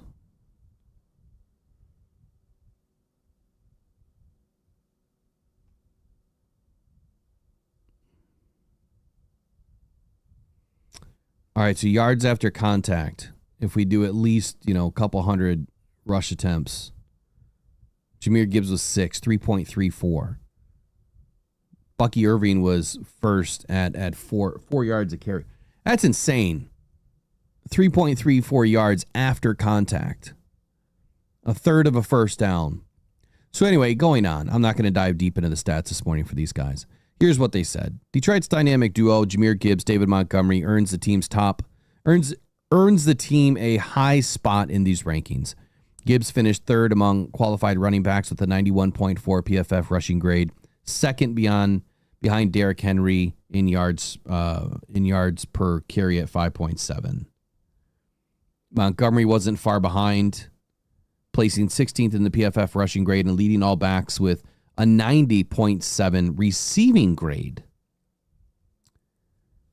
The Lions running back depth chart is thin beyond those two, with Craig Reynolds and his 152 career carries serving as the next most experienced player. I think they forget about Sione Vaki. Now, I understand he's not the most experienced player behind those guys, but when he touched the ball last year, it looked great. Like, he was averaging 6-7 yards a clip. Now, behind them, it's the Atlanta Falcons with Bijan Robinson, Tyler Algier. The Eagles come in 4th with Saquon Barkley. They have A.J. Dillon and Will Shipley this year behind Saquon. Now, the Seattle Seahawks were 5th. This room, it's exciting for me with the Seattle Seahawks just to see Kenneth Walker and Zach Charbonnet paired up together. I think that these guys could be the second best duo in the league this year. That's where I'm taking them. I think they're going to be the second best duo behind Gibbs and Montgomery. The Tampa Bay Buccaneers finished 6th. The Packers with Josh Jacobs and Emmanuel Wilson in their 3rd round pick, Marshawn Lloyd, which I have more about Marshawn Lloyd that you're going to hear in the preview show. Marshawn Lloyd could end up being the starting running back for the Packers this year. He's a player to watch, and he's definitely a player to potentially put on your fantasy roster. Marshawn Lloyd may be exciting this year. I just hope not too exciting in week 1. Anyway, Green Bay's at 7. Buffalo Bills at number 8. Cardinals at 9. Your Carolina Panthers round out the top 10. So next up, let's do receiving core. So same question is, come on, clear it. Let's do receiving.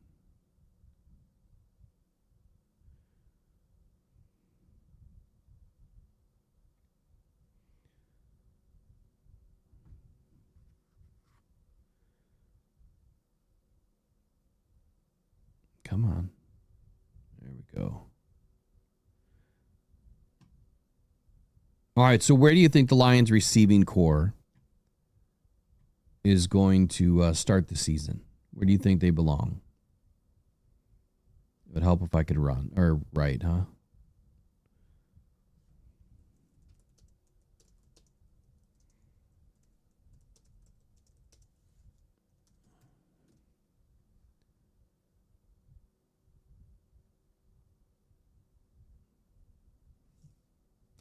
Where do you think the Lions receiving core is going to rank to start the season? We're going to go thumbs up this morning. We're going to go thumbs up top 5.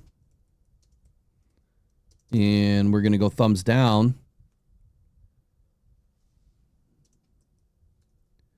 for 6 to 10. So that tells you that they're going to be in the top 10, right? So thumbs up, do you think they're in the top 5? Thumbs down, do you think they're going to be in the bottom 5 of the top 10?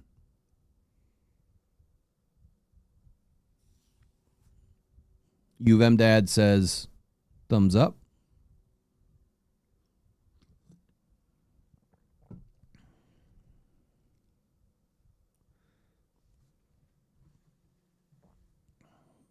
Garrity says 2. Trace thumbs up for top 5. Brandy Coffee thumbs up for top 5. Cruisin thumbs up for top 5. RP is thumbs down. He thinks bottom 5.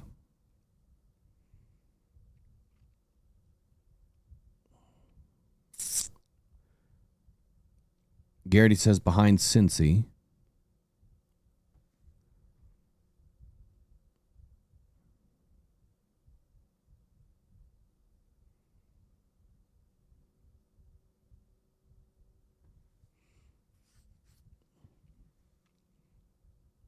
So what am I missing in this conversation here about JJ? And we're talking about JJ and the Vikings this morning. If there's topics you guys want me to touch on, just let me know. We'll touch on it. Brent says I can't hear or see Will. I don't know why that would be. Might have internet issues, Brent.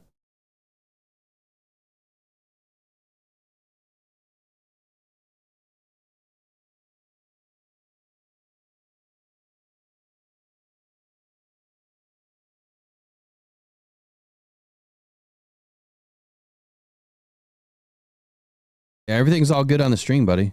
I don't see any issues this morning. Yeah, you cruising. You just got to give me the topic, man. Just give me the topic. What it is you guys are talking about, because I'm not gonna be able to go back. 50 conversations back. There is Android issues, so I will touch on that briefly. So I've noticed myself. I got a Samsung S25 Ultra. It's only a couple months old. Matter of fact, I think I opened it live with you guys. I'll go to YouTube and I'll pull up my own stuff to kind of rewatch as I'm driving, just to see if there's anything going on in the stream that I need to pay attention to. And I'll have a black screen. I'll hear the voices, but I'll have a black screen. And so I have to close it down, close all my apps, reopen YouTube, and then it'll be back. The other thing that is really annoying is I can't just tap my live and play it. I have to put it to play next in queue and then play it from there.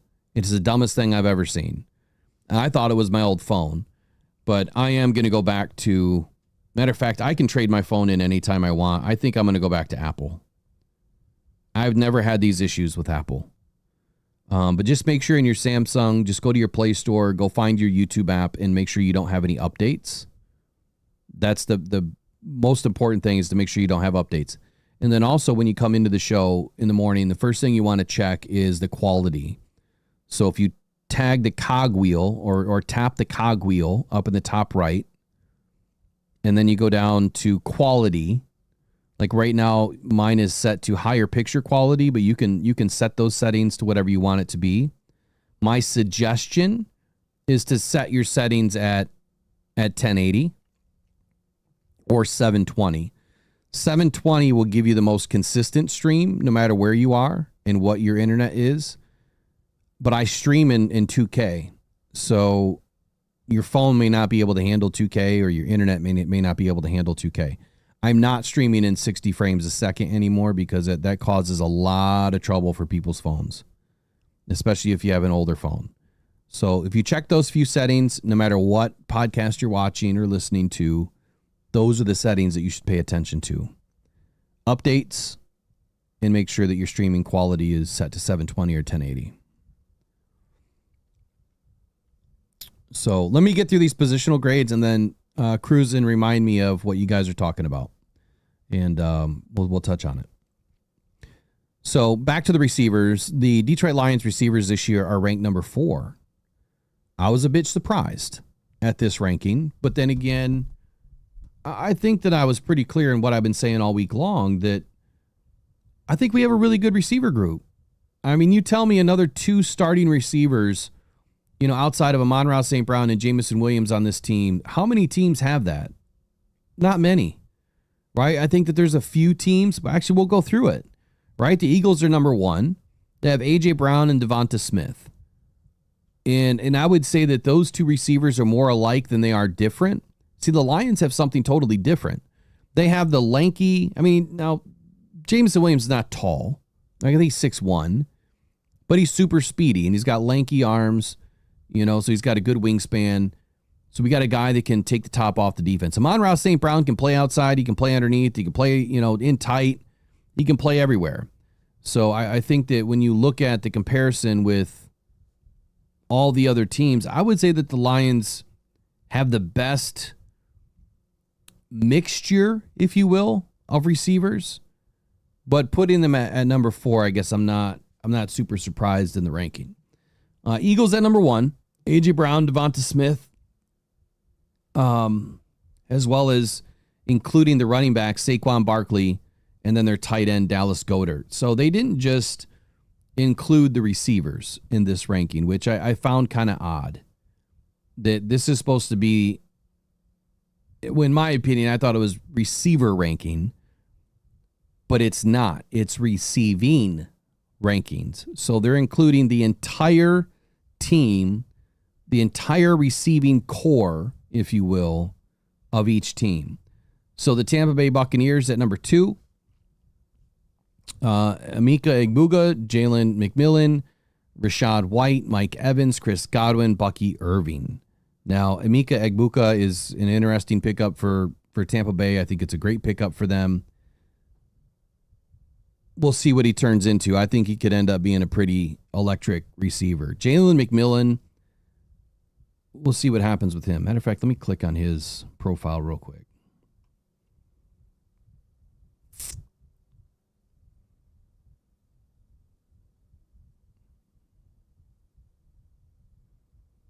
Yeah, so last year he was a 63.2 overall. He pulled in 37 catches, 461 yards, 8 TDs. So, that's pretty good production, being, the third look, if you will. Chris Godwin being hurt last year, he was obviously able to get a few more looks. Cincinnati Bengals at number 3, Jamar Chase and T. Higgins round out the top 2. They also have Chase Brown out of the backfield and Mike Gesicki as the top 4 on that team, rounding out number 3. And then there's the Detroit Lions. I still don't get how, I'm good with number 4. I'm good. But you should be able to make an argument for number 2 or number 3 or even number 1 in this ranking. So the Lions recorded the highest PFF receiving grade in the league last season, 89.0. So if that's what we did last year, why are we not number 1 this year? If we finished number 1, why are we not number 1 this year? Because all of these rankings are based on what we did last season and then who we added to the team this season, if I understand the assignment. The Detroit Lions recorded 5 different players with marks of 74, or with PFF grades 74 or higher. Amon-Ra St. Brown, Jamison Williams, Sam Laporta, Jahmyr Gibbs, and David Montgomery. St. Brown and Montgomery earned elite scores of 90.0 plus PFF receiving grades. They're saying that the Lions receiving core is diverse and features high ceiling players at every position. So that doesn't mean that we've seen the best yet out of everybody not named Amon-Ra St. Brown. I don't know how much better he can really get. I think that what we've seen out of Amon-Ra St. Brown is what we're going to see out of Amon-Ra St. Brown. This will be entering, his 5th season. And I just don't see him getting better. But I think that we already have to start having the conversation. St. Brown's locked up for a long-term contract. But, man, he's already in year 5. Right? He's aging quickly right in front of us, and it doesn't seem like it. It seems like we just drafted the dude. This time has clicked by so fast. But Jamison Williams, if he is anything like he was last year or better, there's no reason in my mind to believe that the Lions can't be the number one receiving threat again this season. Sam Laporta, I mean, he proved himself in year one as a rookie that he can shake and bake with the best of them. Yeah, last year he was injured, off bugged a little bit, by some lingering injuries that he had a down first 6 or 7 weeks, and then things started to click. He was quietly productive last season, I guess is how I could frame that. He was quietly productive. Jahmyr Gibbs, that's a high ceiling player. We have not seen anything yet of what he's going to be able to produce. I think that this could be the best year yet for Jahmyr Gibbs.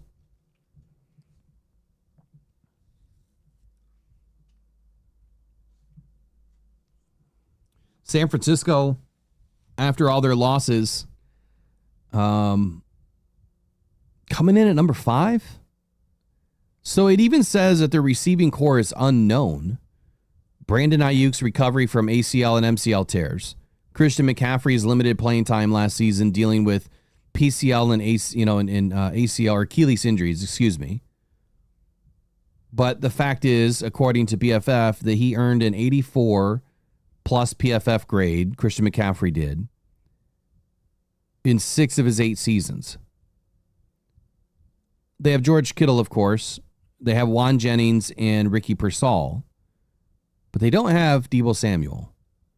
Now, Ricky Pearsall last season was a pretty big bright spot for the 49ers. Can the 49ers really, come back this year and expect to have a great season? I've heard a few people say that the 49ers are going to bounce back this season, and we should be expected to see them in the NFC Championship. I wouldn't mind having the revenge. You heard me say that the other day. But I don't know if it's possible for the San Francisco 49ers to have that big of a bounce back year. We'll see. I would have put the Minnesota Vikings ahead of the 49ers, but that's who's next at number 6. Minnesota claimed the 4th highest team PFF grade last season, 82.1. Justin Jefferson's resume speaks for itself at this point, but he has logged 5 straight seasons with an 88 plus PFF receiving grade and 2.4 yards per route run.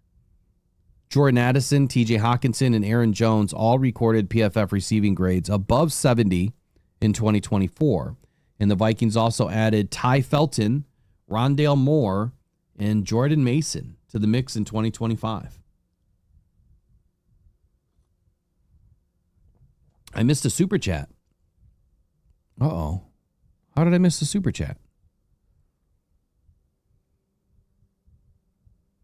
I still don't see it.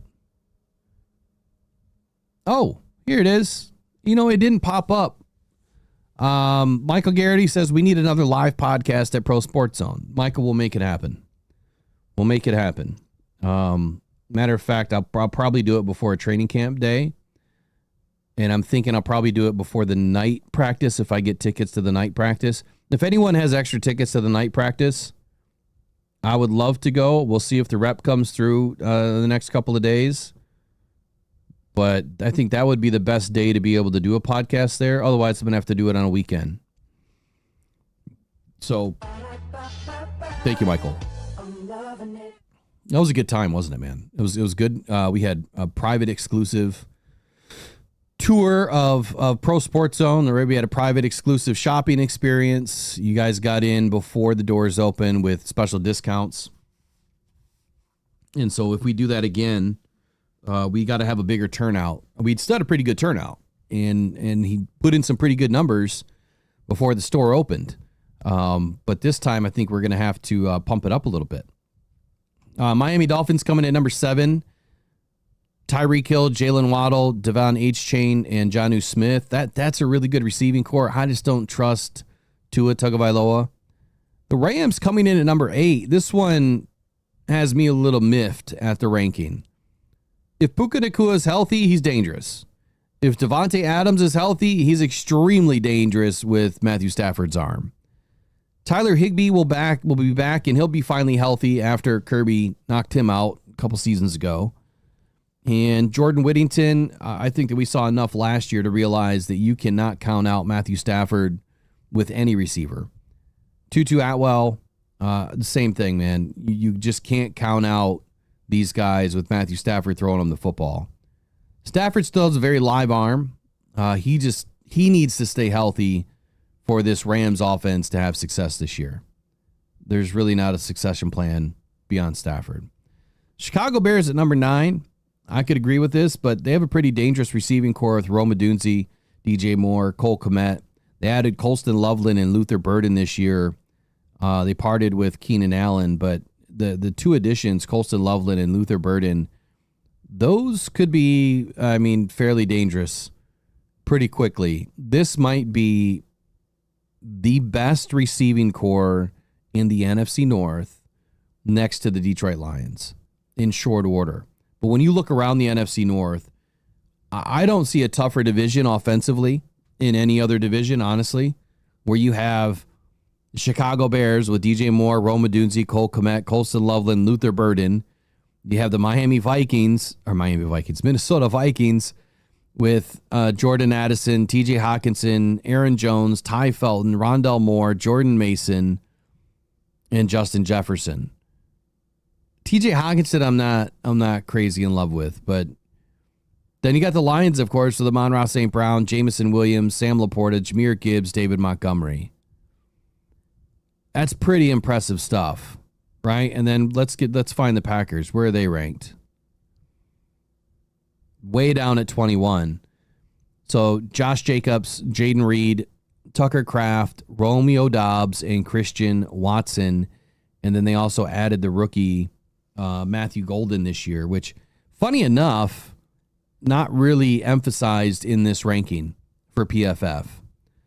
So that's your receiving rankings for the NFC North, and that is also the top 10 for the NFL this year. Rounding out the top 10 was the Texans, the Bears, the Rams, the Dolphins, the Vikings, the Niners, the Lions, the Bengals, the Bucs, and the Eagles. Did PFF get it right or wrong? Thumbs up, they got it right. Thumbs down, they got it wrong.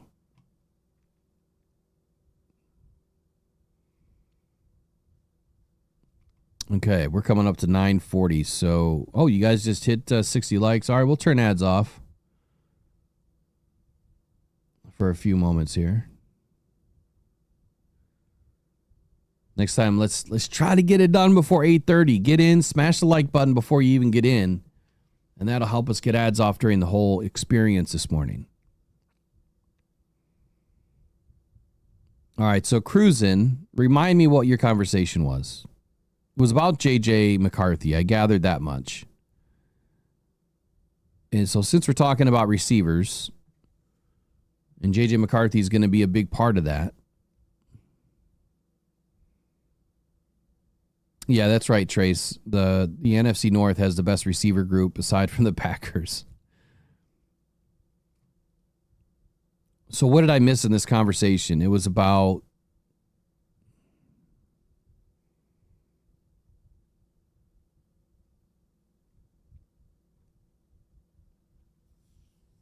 While I'm waiting for that, let's move on to the next one. Offensive line ranking. So this one obviously is, this one's concerning for the Detroit Lions. It's concerning for us fans and having to realize for the first time in 4 seasons, now 5, we may not have an offensive line that can help this team win. Is like Riley said, that was money in the bank. Since Dan Campbell came to this team, that was money in the bank that this offensive line was going to remain a top offensive line. Right now, stock market is dropping fast in Detroit. Has Brad Holmes done enough to refill the pipeline? I don't know. Okay, so the conversation, JJ Cruzen says, JJ's first week, won against Caleb. Who's winning? Who's better? Ooh. Straight up, Caleb Williams is going to win that game. Their first meeting. When is their first meeting?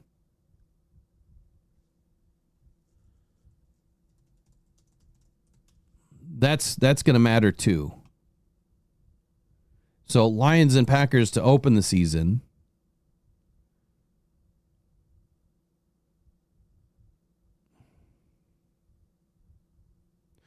Hold the phone here. The Bears and the Packers don't play until December 20? No, that can't be right. What am I missing? No, it's right here. December 7. So they play twice in 3 weeks. So the Lions get slammed with the Bears and the Packers to start the season. And those two knuckleheads, they don't have to go up against each other until late in the season. So that matters. And if I'm understanding this correct, the Lions are the only team with two NFC North opponents in back-to-back games to open up the season. They're the only NFC North team. The only one. The Vikings don't play, they don't take on the Packers until November 23rd, and then they end the season with the Vikings. And the Bears,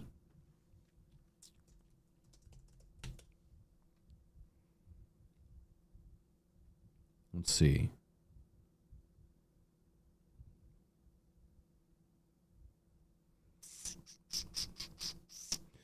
So the Bears open up. No, I guess the Bears do too. That's right. You got Bears and Vikings week 1. I forgot. Then you got Bears Lions week 2. So the Bears and the Lions are the only two teams that are opening up against the NFC North opponents. So Bears Vikings week 1. JJ McCarthy and Caleb Williams. I don't know why I was thinking Packers brain fart. I was thinking Packers for some reason. Yeah, Caleb's winning that game. Yeah, I mean, you know why he's winning the game?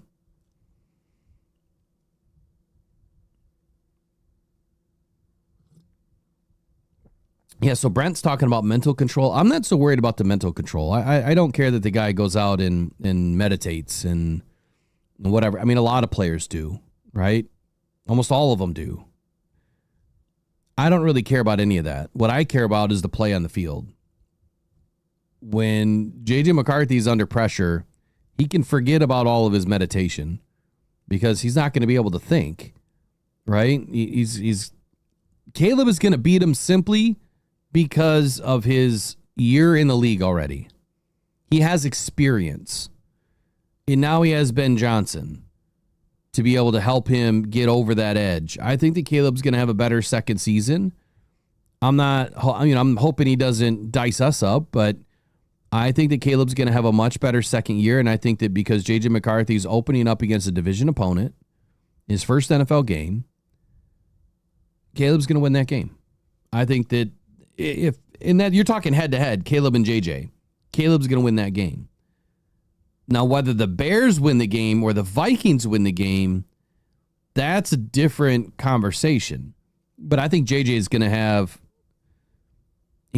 some hurdles to get over the first 4 or 5 weeks. He hasn't seen game speed. He has no idea what the NFL is like yet. He hasn't played it down in the league. And preseason will help a little bit, but not really. So unless the Vikings are willing to throw JJ out there, for multiple possessions in each game, I think that's the quickest way you could get him up to speed. But a series or two is not going to get you ready. I think that we know that. For any rookie, you're talking a quarter of a season at least to be able to kind of get it together. And even then, JJ would have to be a very rare athlete, a very rare breed of quarterback to what essentially is his rookie season to do anything credible. Like, it's only happened with a few. Jaden Daniels, Lamar Jackson. Who else? Jared Goff did it in his second year, really. So it was really his rookie season. Patrick Mahomes, maybe. There hasn't been very many rookies. CJ Stroud. There's maybe been a handful, less than 5 rookies in the last 15 years that have done anything in their rookie year or even their second year. So I would say that I think that head to head, I feel Caleb will win that game, but franchise to franchise, we'll see. I think that the Vikings are better led coaching wise, but we don't know. We don't know, right? We don't know what Ben Johnson's going to be able to do. No clue. So that is a good conversation. I wish I would have saw it earlier because we're up against the clock. All right, so let's finish out here. Offensive line rankings. The Detroit Lions, obviously last night, dealt a pretty bad hand, understanding that Taylor Decker is on the PUP list. And at least Tate Rattled is now entering camp this morning as of an hour and 15 minutes ago, at least. He should be in camp today. So that's a great story on a Friday heading into full training camp, that begins tomorrow. Where do you think the Lions are ranked? That's the biggest question. Where do you think that we belong? And I think it's a hard question to answer. We don't know. We don't know what we don't know, right? And we can only control what we can control.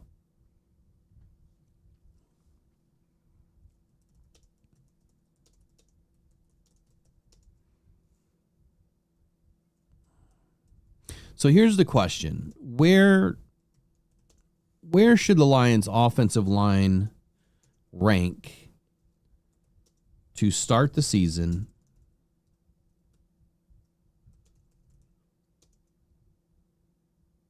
today? If it started today, where would the Lions rank? And this I'm going to do in a poll. Now, I know you guys have probably seen a lot of different polls out there or rankings.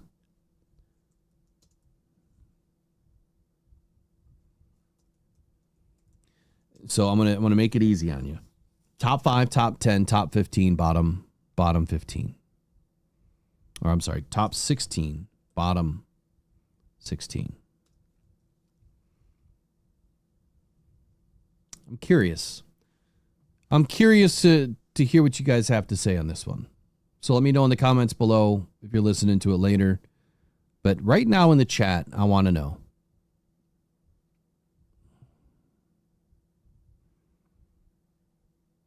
All right, Michael Garrity says 6 to 8. Cruisin says 8th or 9th. Brandy Coffee. Oh, she didn't put a score in there. Maureen says top 5. Make sure you guys go up and select the poll too. Put your vote in. We got 33% top 5, 40% top 10, 27% top 16. No votes for the bottom 16, which I'm glad there's no votes for that. Brandy Coffee says number 1. Of course she did. Eric Landis is top 5. Eric Landis, that's a new name I haven't seen in here before. Welcome in. Please do us a kind favor if you haven't subscribed. Please do that this morning. Love to give you a training camp jacket. Would love to. Like I said, you guys pushed us over 9,200, so we're going to be giving away a training camp jacket. Now, this channel does something very different from any other channel out there. One, we've given over $14,000 worth of stuff away last year. And this year we're going to do the same. But every 100 subscribers until we get to 10K, we're going to give away something. For sure it's training camp jackets, but I also have signed mini helmets that I gave away all last year. Gave away over 50 of those things. It's a lot of money, but it's worth it because everything that you guys do with this channel goes to support the Rockhound Cancer Foundation too. Also, when we hit 10K, we're giving out a pair of tickets to a game this year. And then after that, we're going to be resetting what we're going to do for the rest of the season as far as giveaways. Maureen says that she has her prediction screenshotted for later. Keep those receipts. All right, so while the poll's going, we got 20 votes. We got 100 people in. Let's try to get 100 votes in there. Here's what PFF had to say. Now, this was prior to the shakeup last night with the pup list. Number 1, no surprise, Philadelphia Eagles. Jordan Mailata at left tackle, a 95.2 PFF grade. I am hoping that Giovanni Manu ends up being like this Jordan Mailata guy, right? Wouldn't that just be insane that Brad brings in this massive human that is like 6'8", 355 pounds from Canada in the third round, where a lot of people were upset he didn't grab an edge rusher. And I think that he could do it. I mean, I really believe that Giovanni Manu is going to be our starting left tackle at some point. Whether it's Jordan Mailata good or not, I don't know yet. But I think that Giovanni Manu has a great opportunity to be a good left tackle in this league. So they have Jordan Mailata. They also have a right tackle, Lane Johnson, 88.9. And they fill that in with right guard Mekhi Becton, Landon Dickerson, and Cam Jurgens fills the interior of that offensive line. Last season, their right guard, Steen, was obviously the worst right guard probably in the league. 40.7 PFF grade. Denver Broncos at number 2. And they say that all 5 of Denver's starting offensive line in 2024 all logged more than 800 snaps. They returned for 2025. The Broncos offensive line led the NFL with a 90.8 PFF pass blocking efficiency rating last season, and they allowed only 110 pressures on 677 snaps. So what is that? That's like 15%-ish?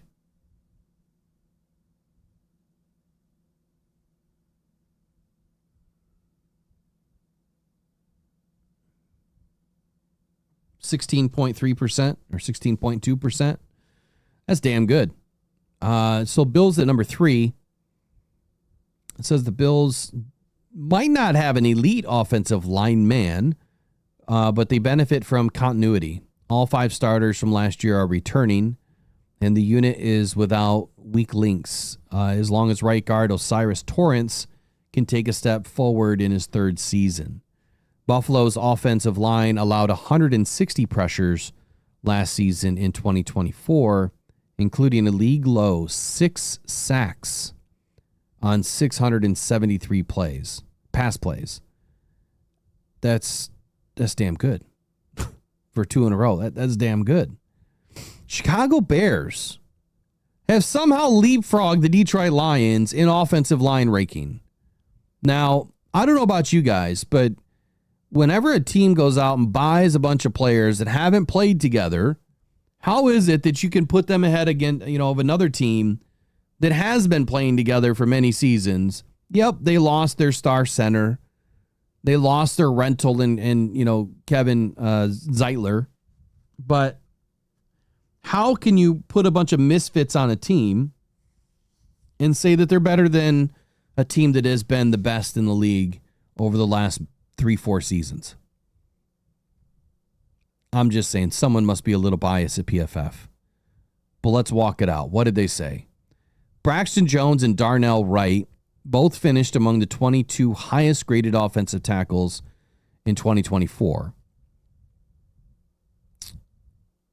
Now the unit has 3 new interior starters who represent immediate upgrades. Joe Thuney, amazing upgrade, right? Drew Dahlman, probably one of the best centers in the league. I'm a little bit surprised that Brad didn't get ahead of this and bring in a guy like Drew Dahlman when he had the opportunity. But again, it's a lot of money, right? It's a lot of money. And Brad likes to buy, through the draft. So Jonah Jackson, can he stay healthy? Look, can he even play the position anymore? The guy was an epic failure with LA last year. And he was not healthy with the Lions. He was not healthy in LA. I don't think that he's a very good guard at all. And he's an even worse center. So how did they get better than the Lions? Well, it's Joe Thuney and Drew Dahlman. Braxton Jones,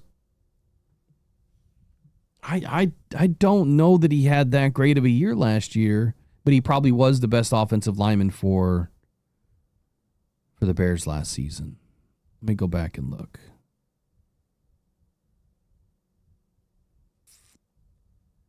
So he allowed 5 sacks. He had 7 penalties on 719 snaps. His run blocking grade was a 70.2. His pass blocking grade was a 80.8. He's overall 77.4. So they're not bad numbers, right? They're decent numbers. But I don't know how that's going to compare to a Taylor Decker or a Penei Sewell. I mean, I don't think it really does. Indianapolis Colts at number 5. Tampa Bay Buccaneers at number 6. Now, Cody Mock for the Bucs. He was one of my favorite guards coming out of the draft in 2024. He didn't have a good year last year. But I think that he can really develop into a standout blocker this year, just like the article states. Graham Barton,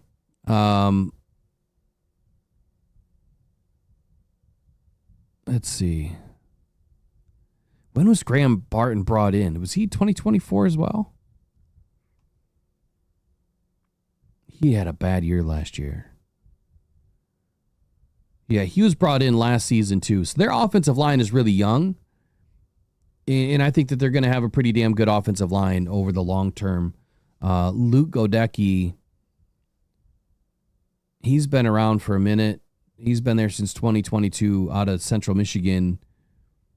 Really fun to watch as the right tackle. Right guard, Cody Mock. Center, Graham Barton. But Tristan Wirfs, I mean, we know how good Tristan Wirfs is. This is going to be a tough offensive line for the Detroit Lions. It might be one of the tougher offensive lines we're going to have to face outside of anybody in the NFC North. The Minnesota Vikings finished at number 7. Still no mention of the Lions at all.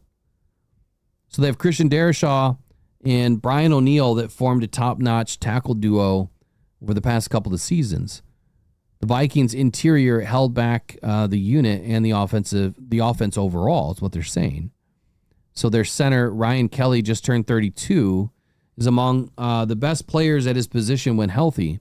Right guard Will Fries is on his way back, or is on his way to a breakout season in 2024 after injury ended his season.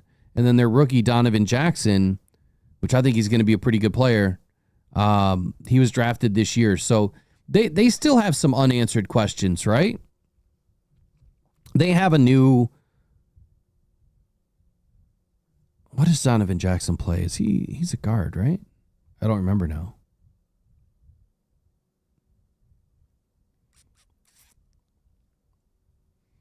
Either way, the Vikings are at number 7. Atlanta Falcons are at number 8. And the New York Jets are at number 9. So far, both former offensive coordinator, defensive coordinators for the Detroit Lions have a better offensive line than the Lions, according to PFF. Every team in the North has a better offensive line than the Lions, every team, in the NFC North has a better offensive line, according to PFF. The Lions didn't even make the top 10. They're outside the top 10, according to PFF right now. The 49ers and the Panthers are ahead of the Detroit Lions, and the Detroit Lions finally show up at 13th. 13th. It says perhaps no unit is expected to drop off more in 2025 than the Lions offensive line. A perennial top 10 unit, more like perennial top 5 unit, endured several changes this offseason, losing Frank Ragnow and Kevin Zeitler to retirement and free agency. Christian Mahogany, a 2024 6th-round pick, is slated to start at one guard spot, and a rookie will likely take the other guard role. What do you mean, a rookie? Hold on here. Hold the phone. This was printed on July 7th. So did they totally miss the fact that the Lions drafted Tate Rattled?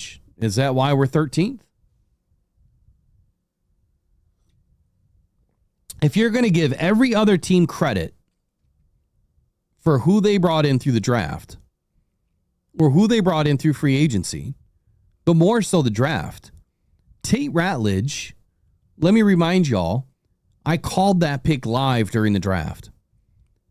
I showed Eric and I've shown you guys in shows before the draft where I had Tate Rattled ranked. I had him as the best overall guard. And you know what? I might even be able to pull that up today because I think I found that list again. I'll try to find it. I'll show you guys next week. It might be right here, actually. It is. Yeah, let me show you guys this. I put too much time into stuff, right? For not getting paid to do this. I put a lot of time in because I want to bring, really good conversations and content. I started doing my own ranking system, kind of like what PFF does or like a RAS score, but I do my own system. And my system has hit some home runs so far. I mean, we really hit the nail on the head with a lot of these picks. I mean, to the tune that I've hit, what is it now? I don't know if Trace is ever keeping score, but I think I've called at least 10 of the Detroit Lions draft picks before the draft or live during the draft, before the pick is announced, obviously.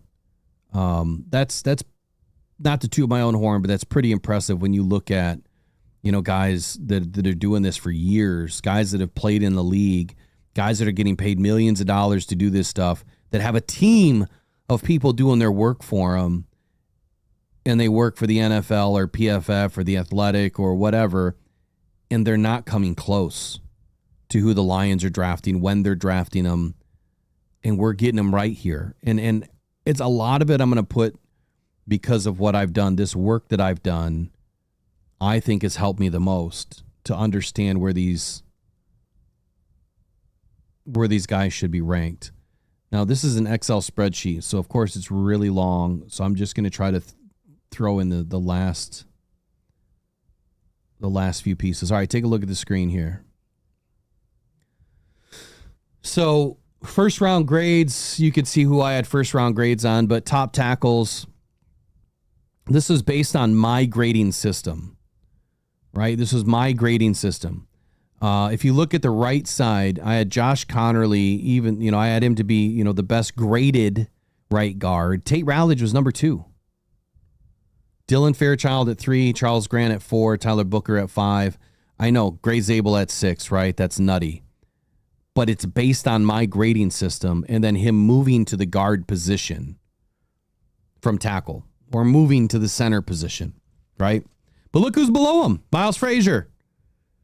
I had Miles Frazier in my top 7. So I am not surprised that the 2 guys that I thought that the Lions would target, or the top 7 or 8 guys that I thought that the Lions could target, and where I put them in rankings, I had Tate Rattled and Miles Frazier in the top 7, and that's who the Lions drafted. But Tate Rattled, I had him scoring out as a 31. And I don't think that my scoring system is on here. It's not. You can also look, this is my top 36 on the left. Here, let me throw this over here. So you can rewind this and look at it later, but you can see that this is my top 36 and where I had, guys ranked as far as where they could end up going in the draft. Their slots, if you will. I had Shedeur Sanders all the way back at 21. I didn't have him anywhere near the top. Everybody missed on that one. But those, Tyleik Williams, you see that right there? 33. Tyleik Williams at 33. Nobody thought that Tyleik Williams would had a first round grade. I had him as the first pick outside of the first round, but I also had him as my first pick to the Detroit Lions if he was available. That was my exact call. If he was available, that's where he was going. So pretty interesting stuff, but I keep track of all this stuff now because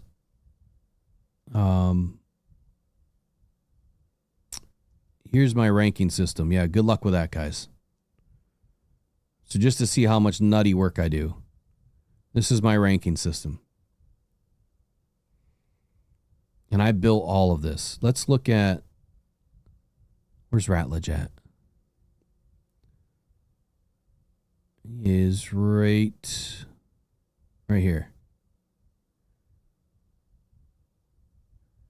So I think a lot of his scores were incomplete, if I'm not mistaken.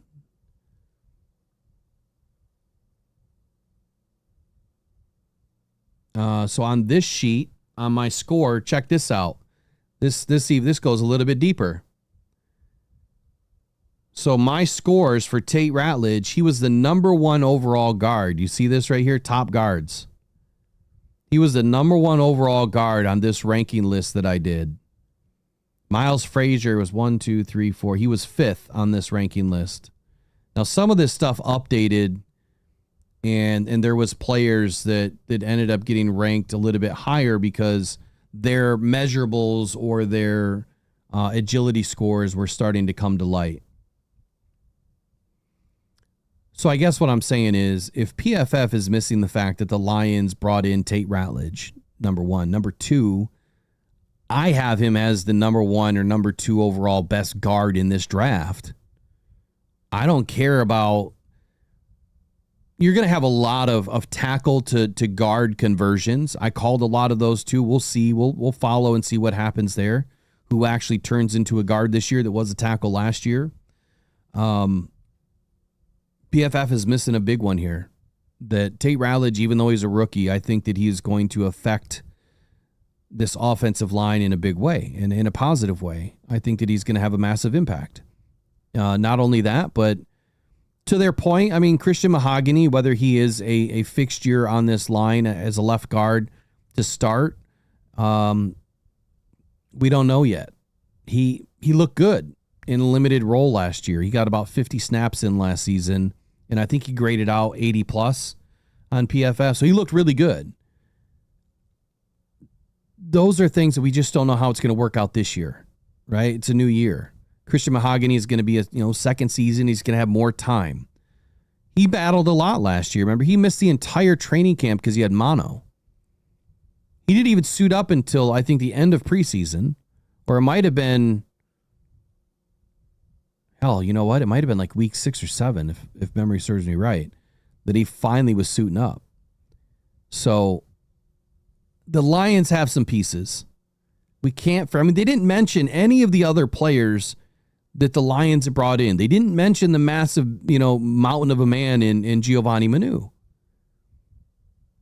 God, put him at guard. If he can move, good luck trying to get through the offensive line with him in your way. The only bright spot to this list is the Packers finished just behind us at 14.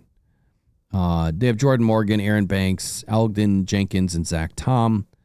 Their first round pick, obviously, in Jordan Morgan, expected to start at right guard right away for Green Bay. So, I mean, just about everybody has new pieces.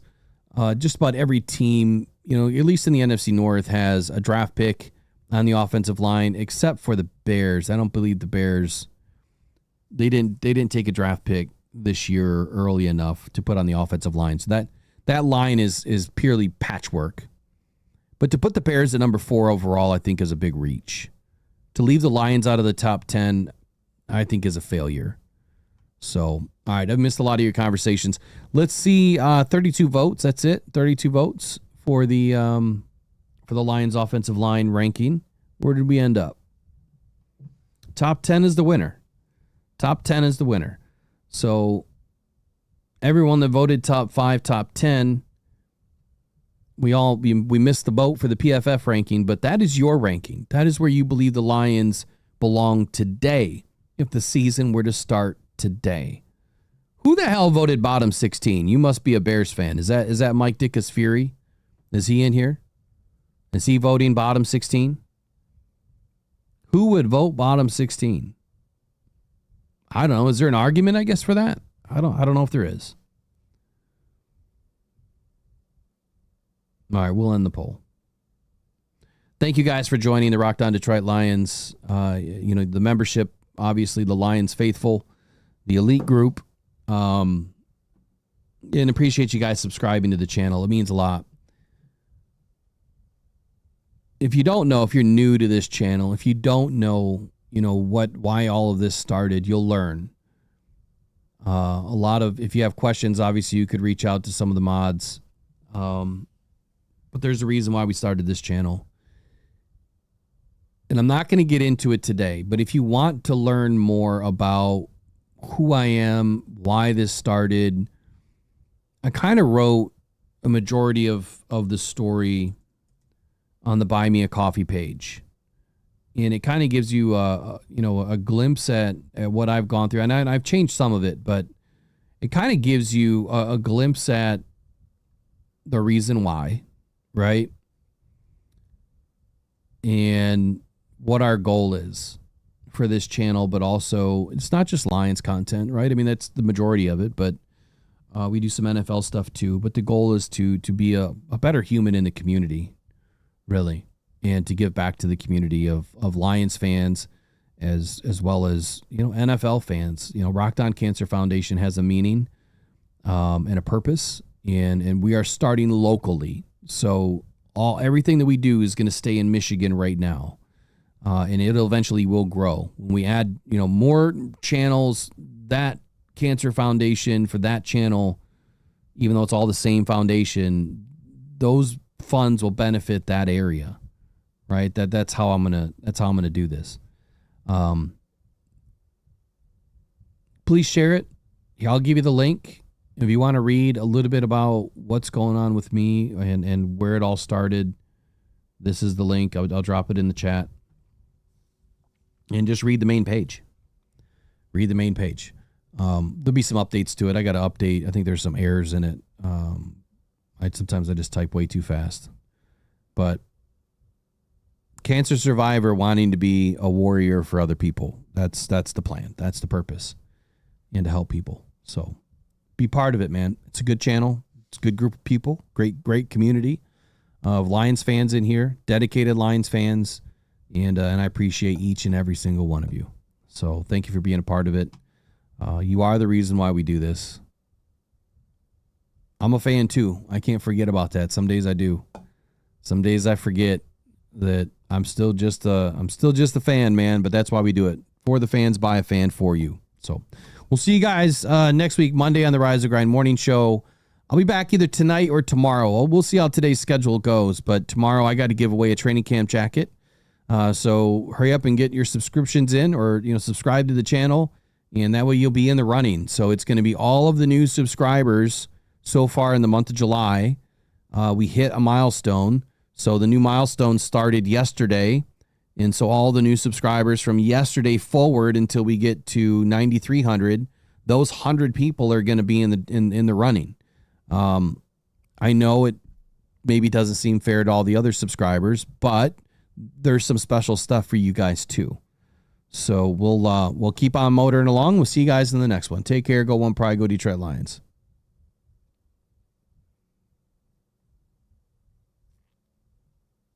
The podcast. Shout out to Rockhound Detroit Lions, man. One pride.